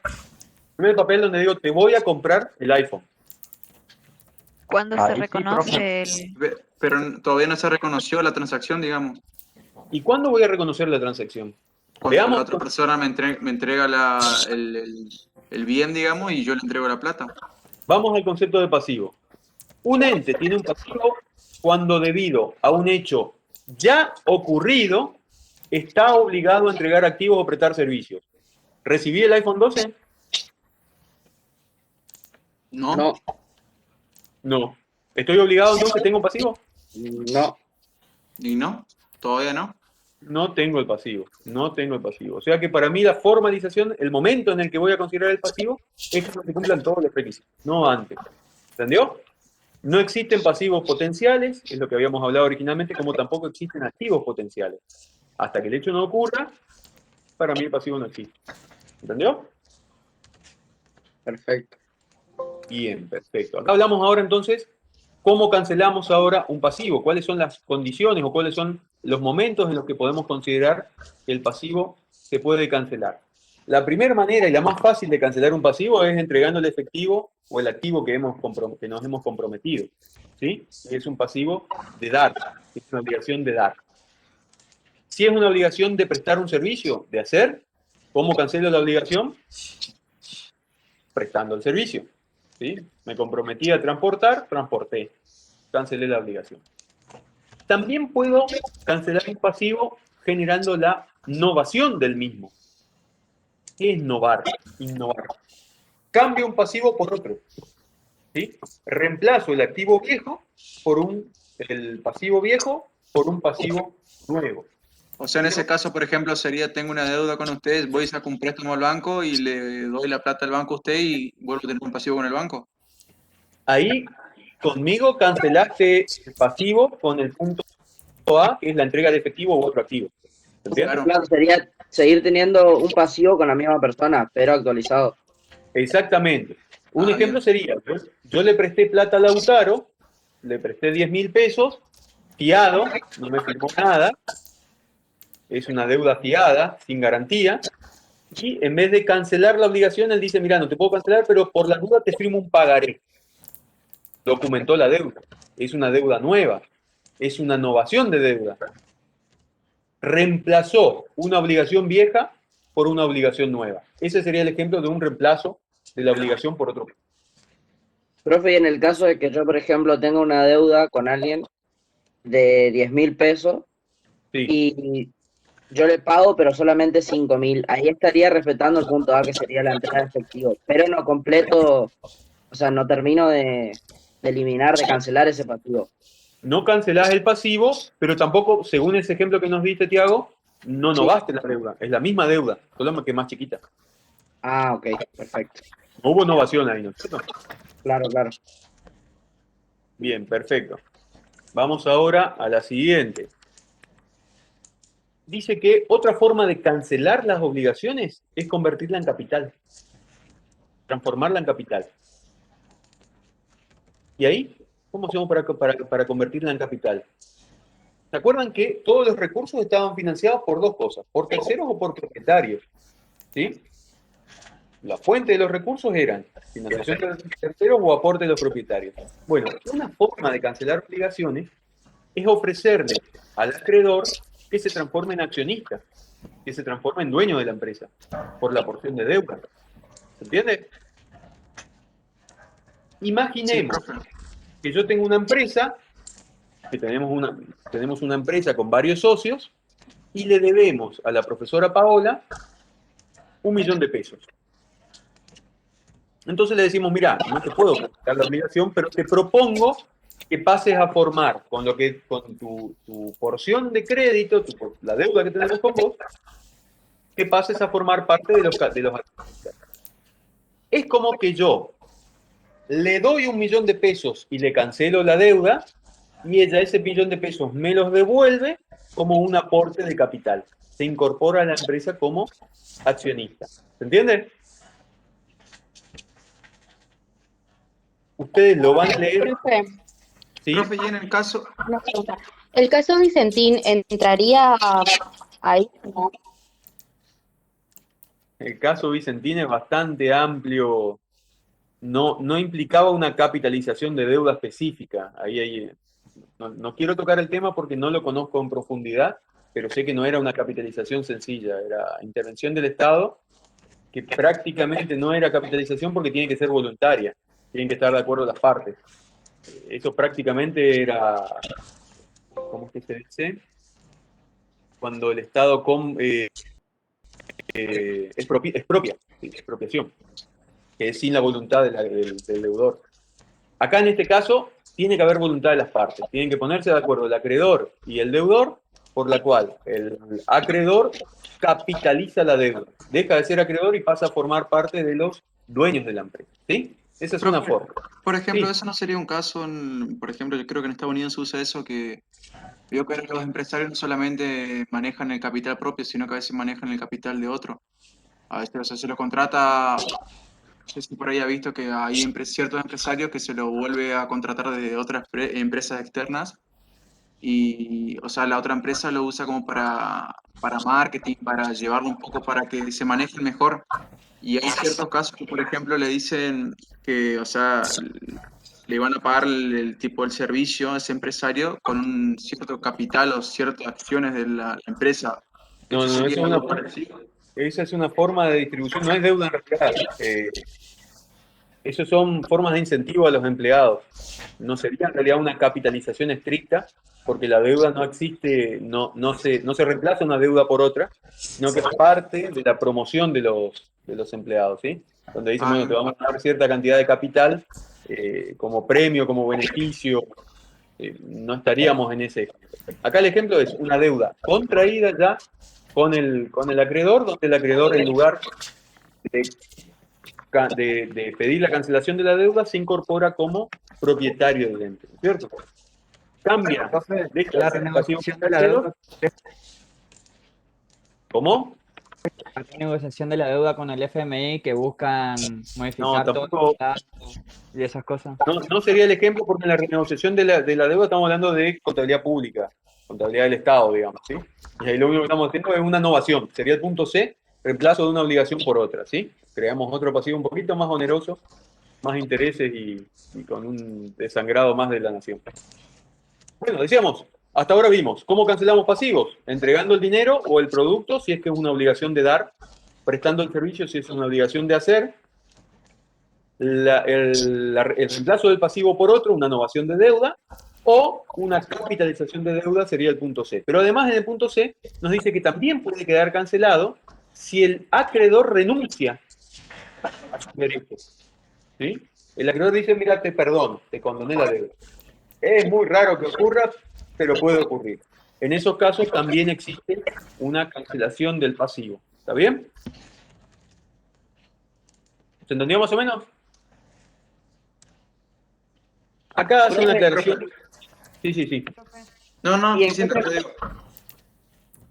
¿Y en qué otro ejemplo, o sea, por ejemplo, sería la capitalización para cancelar un pasivo? O sea, ¿qué otro ejemplo se podría dar? En cualquier caso donde la deuda, en lugar de ser cancelada, la empresa le ofrezca al acreedor que se incorpore como capitalista. Ah, perfecto. Cada vez que ustedes, en vez de cancelar, le ofrecen, no, sé socio, y tu aporte va a ser la cancelación de la deuda. ¿Entiendes? Claro. Sí. Eso es capitalizar la deuda. Bien. Acá aclaramos que en ciertos casos los propietarios, los dueños, pueden ser también acreedores, porque los propietarios son, todo lo que aportan los propietarios nosotros lo vamos a encontrar en el patrimonio neto, en capital. Pero no olvidemos que los propietarios son personas distintas al ente.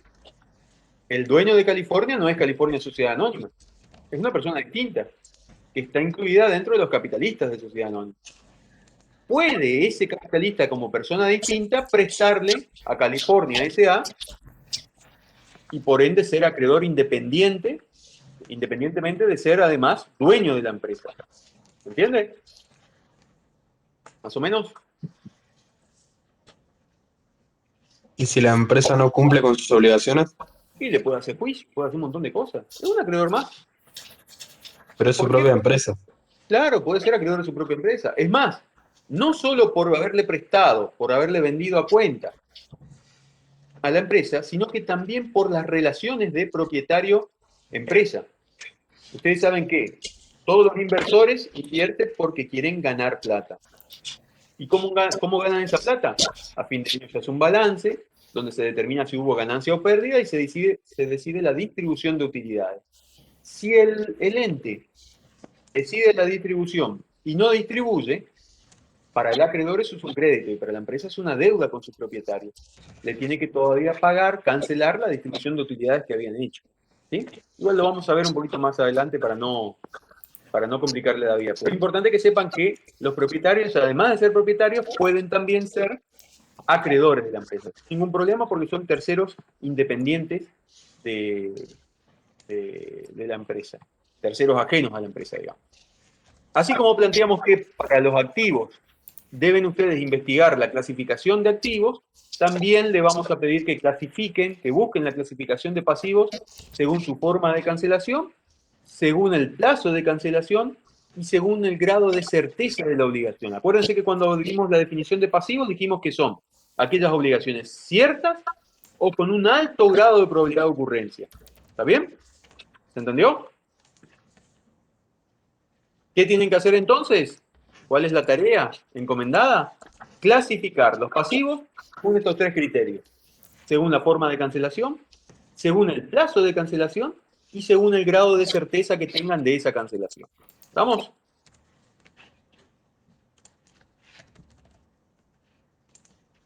¿Pasivos se entendió? Sí, profe. Muy bien, perfecto. Vamos al tercer elemento. Profe, disculpe, ¿qué dijo que había tarea? Me escuché, perdón. La tarea era que tenían que clasificar los pasivos, ¿sí?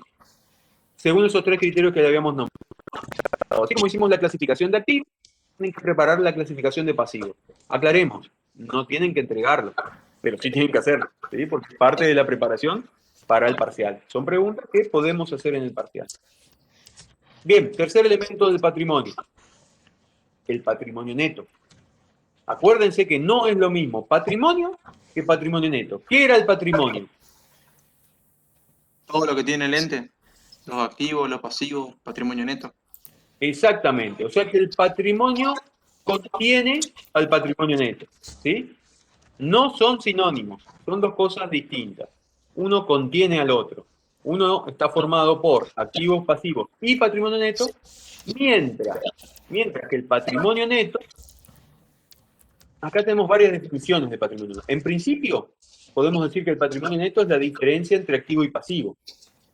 Podemos decir también que el patrimonio neto está integrado por el aporte de los propietarios y los resultados no asignados, ¿sí? O reservas de resultados.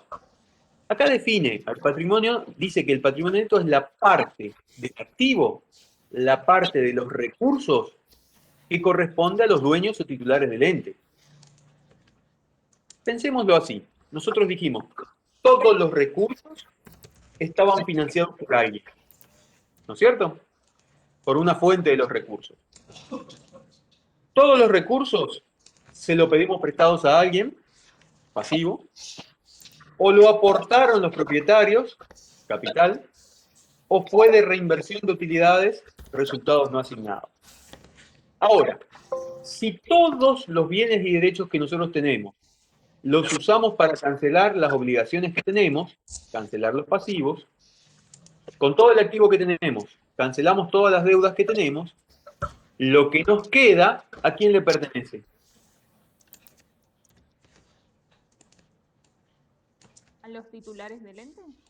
A los Propietarios. titulares dueños, exactamente, a los titulares dueños. Por eso dice que el patrimonio neto es la parte del activo que le corresponde a los titulares o dueños del ente. Desde otro punto de vista, es lo que les va a quedar a los propietarios después de cancelar todas las obligaciones. Eso que decíamos. Agarramos todo el activo, cancelamos el pasivo y esto es lo que queda para los propietarios. Podríamos decir entonces que es el derecho de los propietarios sobre los activos que posee el ente. ¿Se va entendiendo? Si se acuerdan del grafiquito, estaba todo el activo, que era igual al pasivo más al patrimonio neto. Por ende, si al activo le restamos el pasivo, cancelamos todas las obligaciones, lo que me queda es la porción correspondiente al patrimonio neto, lo que corresponde a los propietarios. También podemos ver al patrimonio neto, si lo vemos como una evolución en un ente cualquiera, cuando comienza a funcionar una empresa, funciona con el aporte de los propietarios. En el momento 1 de inicio de la empresa, normalmente puede el patrimonio neto coincidir con el capital, si es que en el aporte no se aporta deuda. Es decir, que en ese momento inicial podríamos decir que el patrimonio neto es igual al capital. ¿Y qué era el capital? El aporte de los propietarios. El aporte inicial de los propietarios. Entonces, en ese momento podría coincidir. Es un momento estático, un momento cero, donde solo vamos a tener el aporte de los propietarios. ¿Y qué no tenemos en ese momento cero? Todavía no tenemos resultados, ni positivos ni negativos, porque todavía la empresa no se movió. Ahora, el problema es que una vez que la empresa comienza a existir, comienza a moverse, aparecen resultados negativos y positivos. Estos resultados que se van generando van modificando nuestro patrimonio y específicamente van modificando nuestro patrimonio neto. ¿Sí? ¿Se va entendiendo?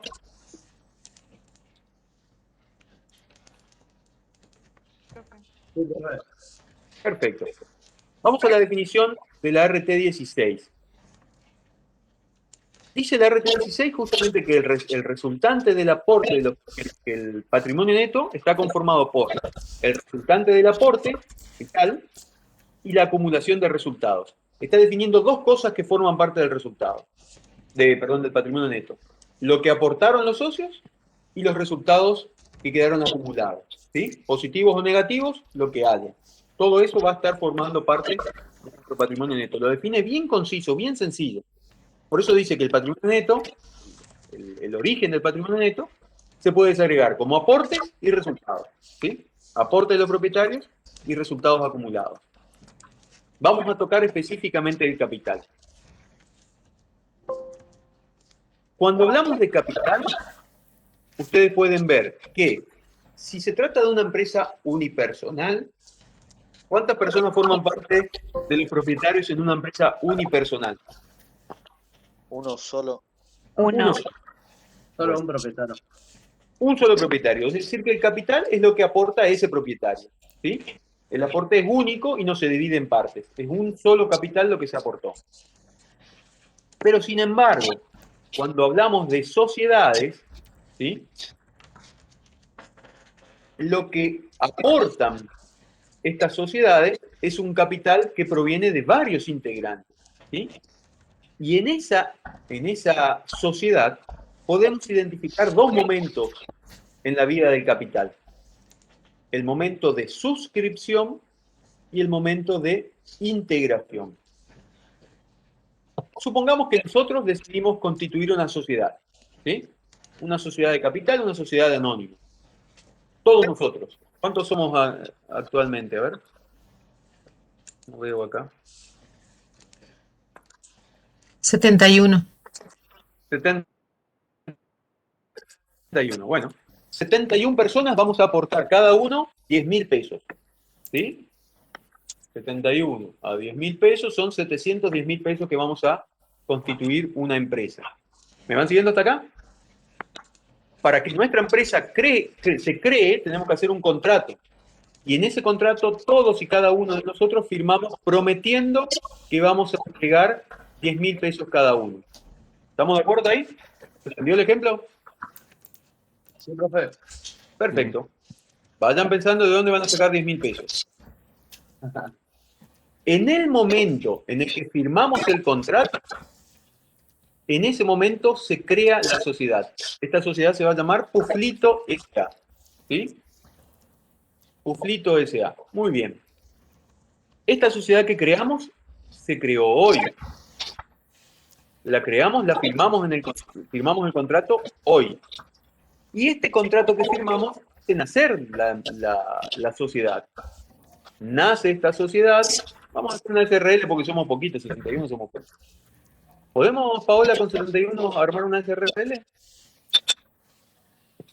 ¿No? 50 era, ¿no? 50 es el tope. Bueno, 21 de ustedes no van a aportar, vamos a hacer solo 50. ¿Sí? Solo 50 vamos a hacer esta SRL. Prometemos, todos firmamos el contrato y prometimos aportar 10.000 pesos cada uno. La empresa se creó. El momento que tenemos que registrar hoy es un momento que se llama momento de suscripción de capital. Y va a reflejar contablemente la promesa que hicimos todos de aportar 10.000 pesos cada uno. La empresa se creó, el patrimonio apareció y el asiento que vamos a hacer se va a denominar asiento de suscripción. ¿Me siguieron? ¿Puede repetir? Sí, puede repetir, pues se trabó un poco. Bien, decía, hoy, una vez que firmamos el contrato, la empresa se creó. Ajá. Y lo que vamos a registrar hoy es un asiento que se denomina asiento de suscripción. Suscripción viene de suscribir, de firmar, de prometer. Prometer por escrito que vamos a aportar. La empresa tiene en este momento el derecho a exigirnos que cumplamos nuestra promesa.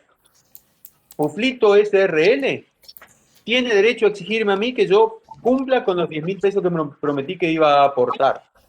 ¿Me siguen? Sí. Muy bien, perfecto. Entonces yo puedo registrar socio Juan Ariel Pochka, cuenta aporte, socio Paola Yachuk, cuenta aporte, socio Tiago Castillo, cuenta aporte. Todas esas cuentas donde reflejo el compromiso de cada uno, voy a registrar el monto de 10.000 pesos, toda contra capital social, haciendo nacer dos elementos del patrimonio de Puflito SRL. Un elemento que refleja un derecho, ¿sí? Los socios cuenta aporte, y otro elemento que refleja el aporte que hicimos de capital. Ese asiento se denomina suscripción. Ahora, esto que prometimos lo tenemos que cumplir. Y el cumplimiento de la promesa se denomina integración. ¿Sí? Integración. ¿Cuándo se da la integración? La integración se da cuando yo cumplo el compromiso. ¿Sí? Y esa integración se va a dar cuando yo aporte. La ley establece que todas las promesas de aportes en efectivo se deben integrar en el momento de la suscripción. Hoy firmaste, hoy pagás. Por lo menos el 25% lo tenés que pagar hoy. Y el resto lo podés pagar hasta en 2 años, creo que era. ¿No, Paula? 2 años tenemos de tiempo para integrar el 75% restante. Mientras que si yo prometí hacer mi aporte en especie, en bienes, en especies, lo tengo que completar todo en el momento de la suscripción. 100% en el momento de la suscripción. Entonces, en nuestra contabilidad, el nacimiento de la empresa va a quedar reflejado en 2 asientos. ¿Cuáles son esos asientos? El de suscripción y el de integración. E integración. Muy bien, suscripción e integración. En la suscripción, ¿qué estamos registrando? La firma. La firma, O sea, el compromiso. Claro, la promesa de aporte. Y en la integración, Cuando cumplo el Cuando hacemos el compromiso. aporte. O sea, cuando aporto lo prometido. Cuando cumple lo prometido. Muy bien. El cumplimiento de esa integración. Esos son los dos principales movimientos que tenemos en una sociedad. Suscripción e integración. Que pueden ser por valores distintos. ¿Por qué pueden ser por valores distintos?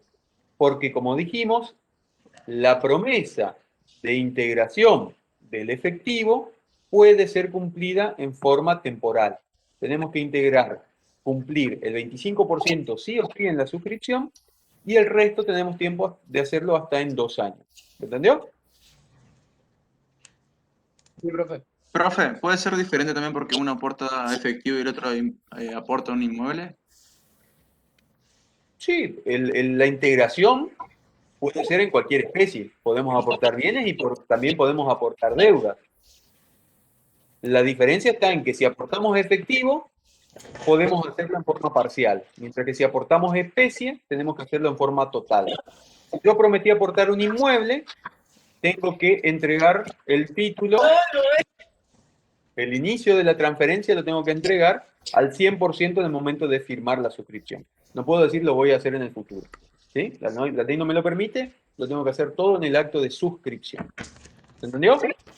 Sí, profe. De mi parte, sí. Perfecto. Bueno, entonces más o menos capital lo tenemos cocinado. Ahora lo que me interesa es saber qué pasa con la otra parte, que son los resultados. Acá tenemos que hablar de resultados. ¿Qué son los resultados?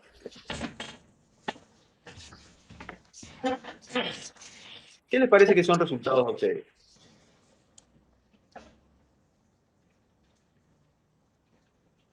Lo que se evalúa después del cumplimiento de los objetivos. Sí, podría ser, pero específicamente en la contabilidad, dentro de los elementos del patrimonio, nosotros teníamos el activo, bienes y derechos, dijimos, y después desglosamos mucho más, hablamos del pasivo, y ahora estamos hablando del patrimonio neto. Nosotros sabemos que en una empresa que empieza a funcionar, en un ente que empieza a funcionar, en el momento cero, cuando recién se crea, no tiene resultados. Pero a medida que empieza a operar, aparecen resultados.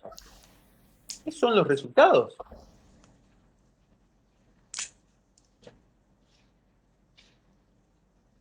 ¿Qué problema? Pueden ser los gastos, profe, o Pueden ser ganancias que vamos teniendo en el ejercicio económico. Exactamente. Van a ser entonces los resultados para nosotros, van a ser cambios que ocurren. Modifica el patrimonio. Exactamente. Van a ser cambios que ocurren en nuestro patrimonio que incrementan o disminuyen nuestro patrimonio neto. Fíjense cómo podría ser esto. Por ejemplo, imagínense que dentro de nuestro activo, dentro de los elementos del activo, tengo yo una vaca, ¿sí? Y un toro. Tengo un emprendimiento ganadero, tengo una vaca y tengo un toro. Salud. Y dentro de ese patrimonio, que es una vaca y un toro, resulta que empiezo a trabajar en mi actividad y la vaca queda preñada. Y a los no sé cuántos meses, la verdad que no tengo idea, 6 meses, no sé cuántos meses tarda en gestar el ternerito, nace el ternero, aparece un ternerito. ¿Cambió mi patrimonio? Sí. Sí, antes tenía una vaca y un toro, ahora tengo vaca, toro y ternero. Mi activo aumentó, ¿no es cierto? Sí. ¿Mi pasivo aumentó, según los datos que le di?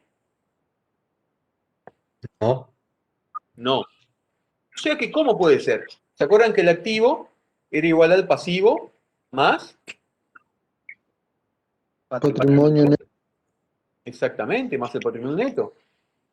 Y si aumentó mi activo, algo en la columna del activo, si aumentó mi columna del activo, algo tiene que haber aumentado en la columna del pasivo y del patrimonio neto.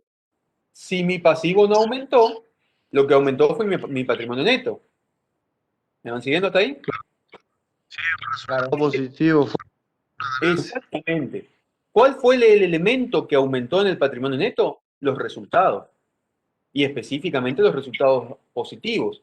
fue un aumento del patrimonio neto generado por un incremento en el activo. Nació un ternero. ¿Me van siguiendo? Sí, profe.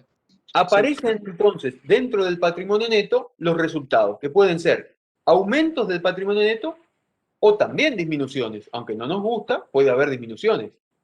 Por ejemplo, los gastos, dijeron, ¿no es cierto?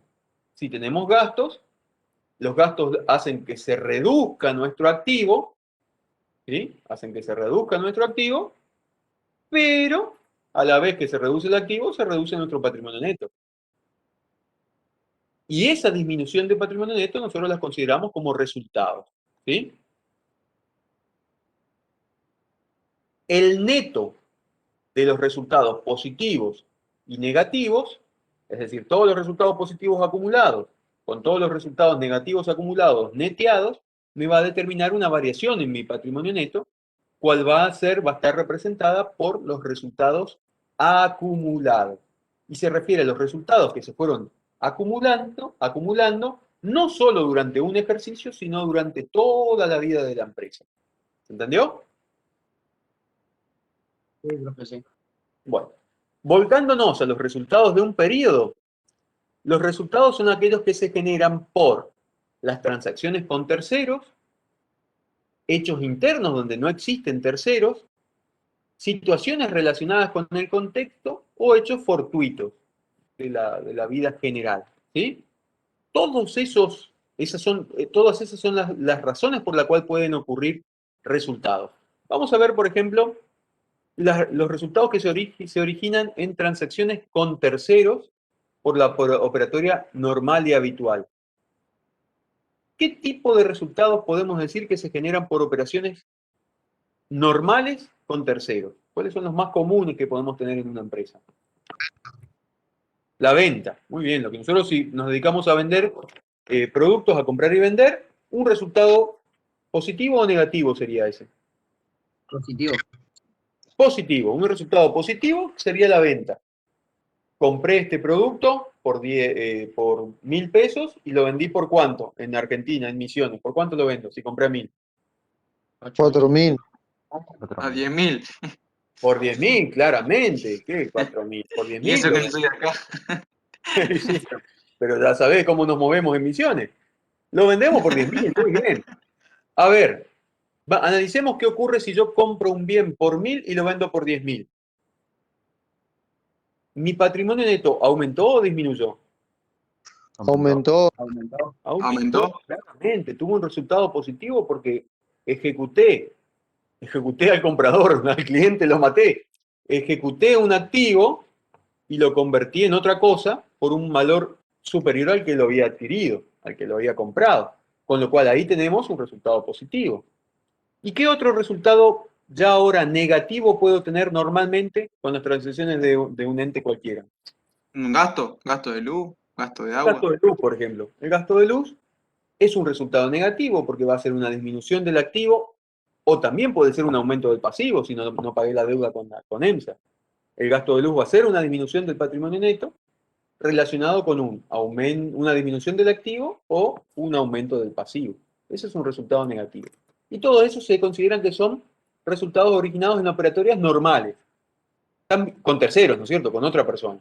También puedo tener resultados por hechos internos, por incrementos o disminuciones patrimoniales. Un ejemplo de un incremento del patrimonio, un hecho interno, era el nacimiento de este ternero. Y una disminución sería, por ejemplo, si tengo combustible y el combustible se evapora, si se pierde.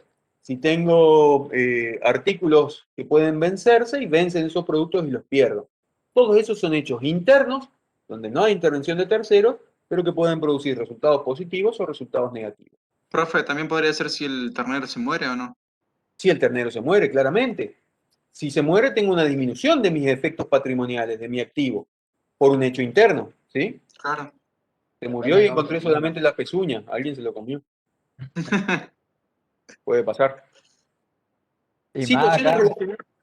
Situaciones relacionadas al contexto, como por ejemplo la variación de la cotización de la moneda que posee la organización.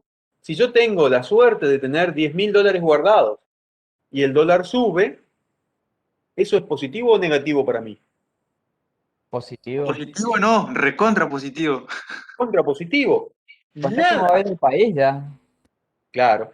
Nada de lo que yo hice generó ese aumento, pero mi activo vale más. Tuvo un resultado positivo. Y si por el contrario, tengo reales guardados, 10.000 reales, y baja la cotización del real, ¿qué pasa con mi moneda? ¿Qué pasa con mi activo? ¿Aumenta o disminuye? Disminuye. ¿Y qué también disminuye además del activo? Y hay un resultado negativo. O sea que, ¿qué pasa con mi patrimonio neto? Disminuye. Disminuye, afecta al activo y afecta al patrimonio neto. Un resultado negativo, muy bien. Profe, Sí, vamos, digamos, se ocupa lo que es ingresos, ganancias, pérdidas y... ahí estamos llegando, ahí estamos llegando. Entonces nosotros definimos que existen, según lo que estamos viendo hasta ahora, existen dos tipos de resultados para nosotros. Los resultados que aumentan nuestro patrimonio neto, no importa de dónde vengan, y los resultados que disminuyen nuestro patrimonio neto. Aquellos resultados que aumenten nuestro patrimonio neto los vamos a denominar resultados positivos. Y aquellos resultados que disminuyan nuestro patrimonio neto los vamos a denominar resultados negativos. Chocolate por la noticia. Lo importante ahora es definir dentro de los resultados positivos cómo lo vamos a clasificar y dentro de los resultados negativos cómo lo vamos a clasificar. La explicación más sencilla que les puedo dar es esta. Son resultados positivos, ingresos, todos aquellos resultados positivos que tuvieron como correlación un gasto. ¿Qué dije? ¿Qué significa esto? Que el resultado positivo es ingreso si yo tuve que hacer un sacrificio económico para obtenerlo. Cuando yo vendí el celular por 10.000 pesos, ¿tuve que hacer un sacrificio económico para que me den los 10.000 pesos? Sí, tuviste que pagar anteriormente 1.000 pesos. Tuve que entregarle un activo mío, tuve que sacrificar mi activo. Le entregué mi activo, que valía 1.000, anécdota, pero tuve que entregar, sacrificar, hacer un gasto para que me den los 10.000 pesos. Entonces, ese resultado positivo de 10.000 pesos por la venta de un producto es un ejemplo clásico de un ingreso. Le di algo para que me dé otra cosa. La plata que ingresó tiene relacionado un gasto. Tuve que hacer un sacrificio para que ese dinero venga hacia la empresa. ¿Se entiende? Ahora, si el resultado positivo no tiene un gasto como correlato, entonces no hablamos de ingresos, sino que hablamos de ganancia. Es decir, que la ganancia va a ser aquel resultado positivo que es generado por un flujo de dinero que no tuvo gasto relacionado. Por ejemplo, tengo los 10.000 dólares que valían, bien, ahí dijeron un ejemplo en el chat, un obsequio, me regalan algo. Si yo no tuve que hacer el sacrificio para que me regalen ese algo, entonces eso es una ganancia. Si me regalaron plata, ganancia. Si me dieron plata porque le vendí un producto y le tuve que entregar algo, ingreso. ¿Se entiende? La diferencia entre ingreso y ganancia, entonces, es que con los ingresos realicé sacrificio económico, con la ganancia vino de arriba, no hubo sacrificio económico. No, ingreso no es lo mismo que inversión, es otra cosa distinta, lo vamos a charlar más adelante. Resultados negativos. Dice que se clasifican en gastos y pérdidas. Re fácil de entender. ¿Cuándo un resultado negativo va a ser un gasto? Cuando es un sacrificio económico que tiene retribución. Es decir, disminuye mi patrimonio neto, pero esa disminución me permitió generar un aumento de mi patrimonio neto a través de un ingreso. Es decir, que siempre que hay gasto, hay ingreso. Y siempre que hay ingreso, hay gasto. Están relacionados, es un ida y vuelta. Son dos resultados que funcionan en conjunto. El ingreso se produce porque hice un sacrificio. El sacrificio es un gasto porque me generó un ingreso. ¿Se va entendiendo? Sí, profe, se entiende. Por ejemplo, en las empresas que se utilizan la energía, digamos, tiene un gasto, pero también ese gasto le da un ingreso. Exactamente. El gasto de luz es un gasto porque colabora con la generación del ingreso. Sin embargo, la pérdida por hurto, me robaron mercaderías, ¿genera algún tipo de retribución? ¿Algún tipo de resultado positivo? No, profe. No, sería una No. pérdida.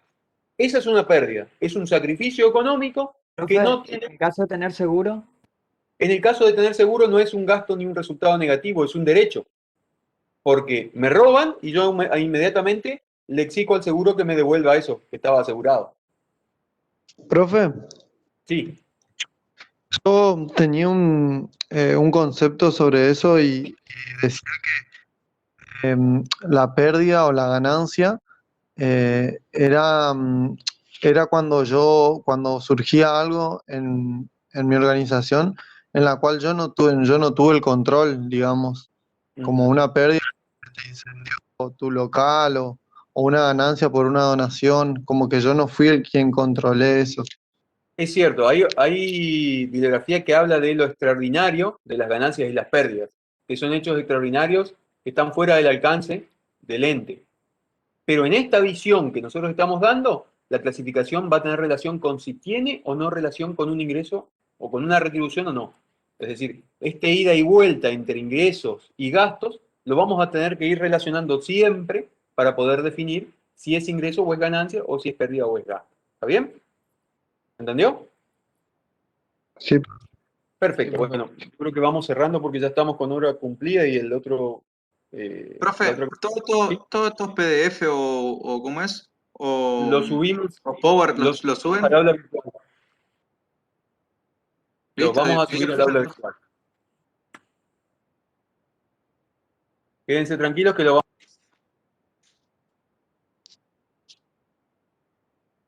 Se cortó, profe, creo.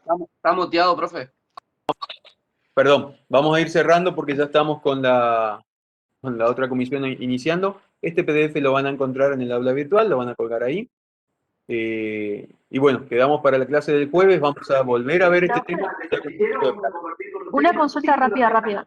Quería saber si les llegó el correo de alumnado que me agrega a la lista de la comisión E, porque no quiero tener ningún problema a la hora de entregar trabajos parciales. Hasta ahora no recibí ningún correo, voy a consultar con la jefa de cátedra a ver si ella recibió. La verdad que no. Bueno, gracias. Nada. Bien. Bueno, chicos, nos vemos en la próxima clase. No, profe. Chau, profe. Adiós, hasta luego. Hola, profe, chao, hasta luego. Chao, profe. Chao, hasta luego. Bueno, voy cerrando porque si no, Ana me mata. Nos vemos, Pau. Pará de grabar porque si no, no puedo cerrar.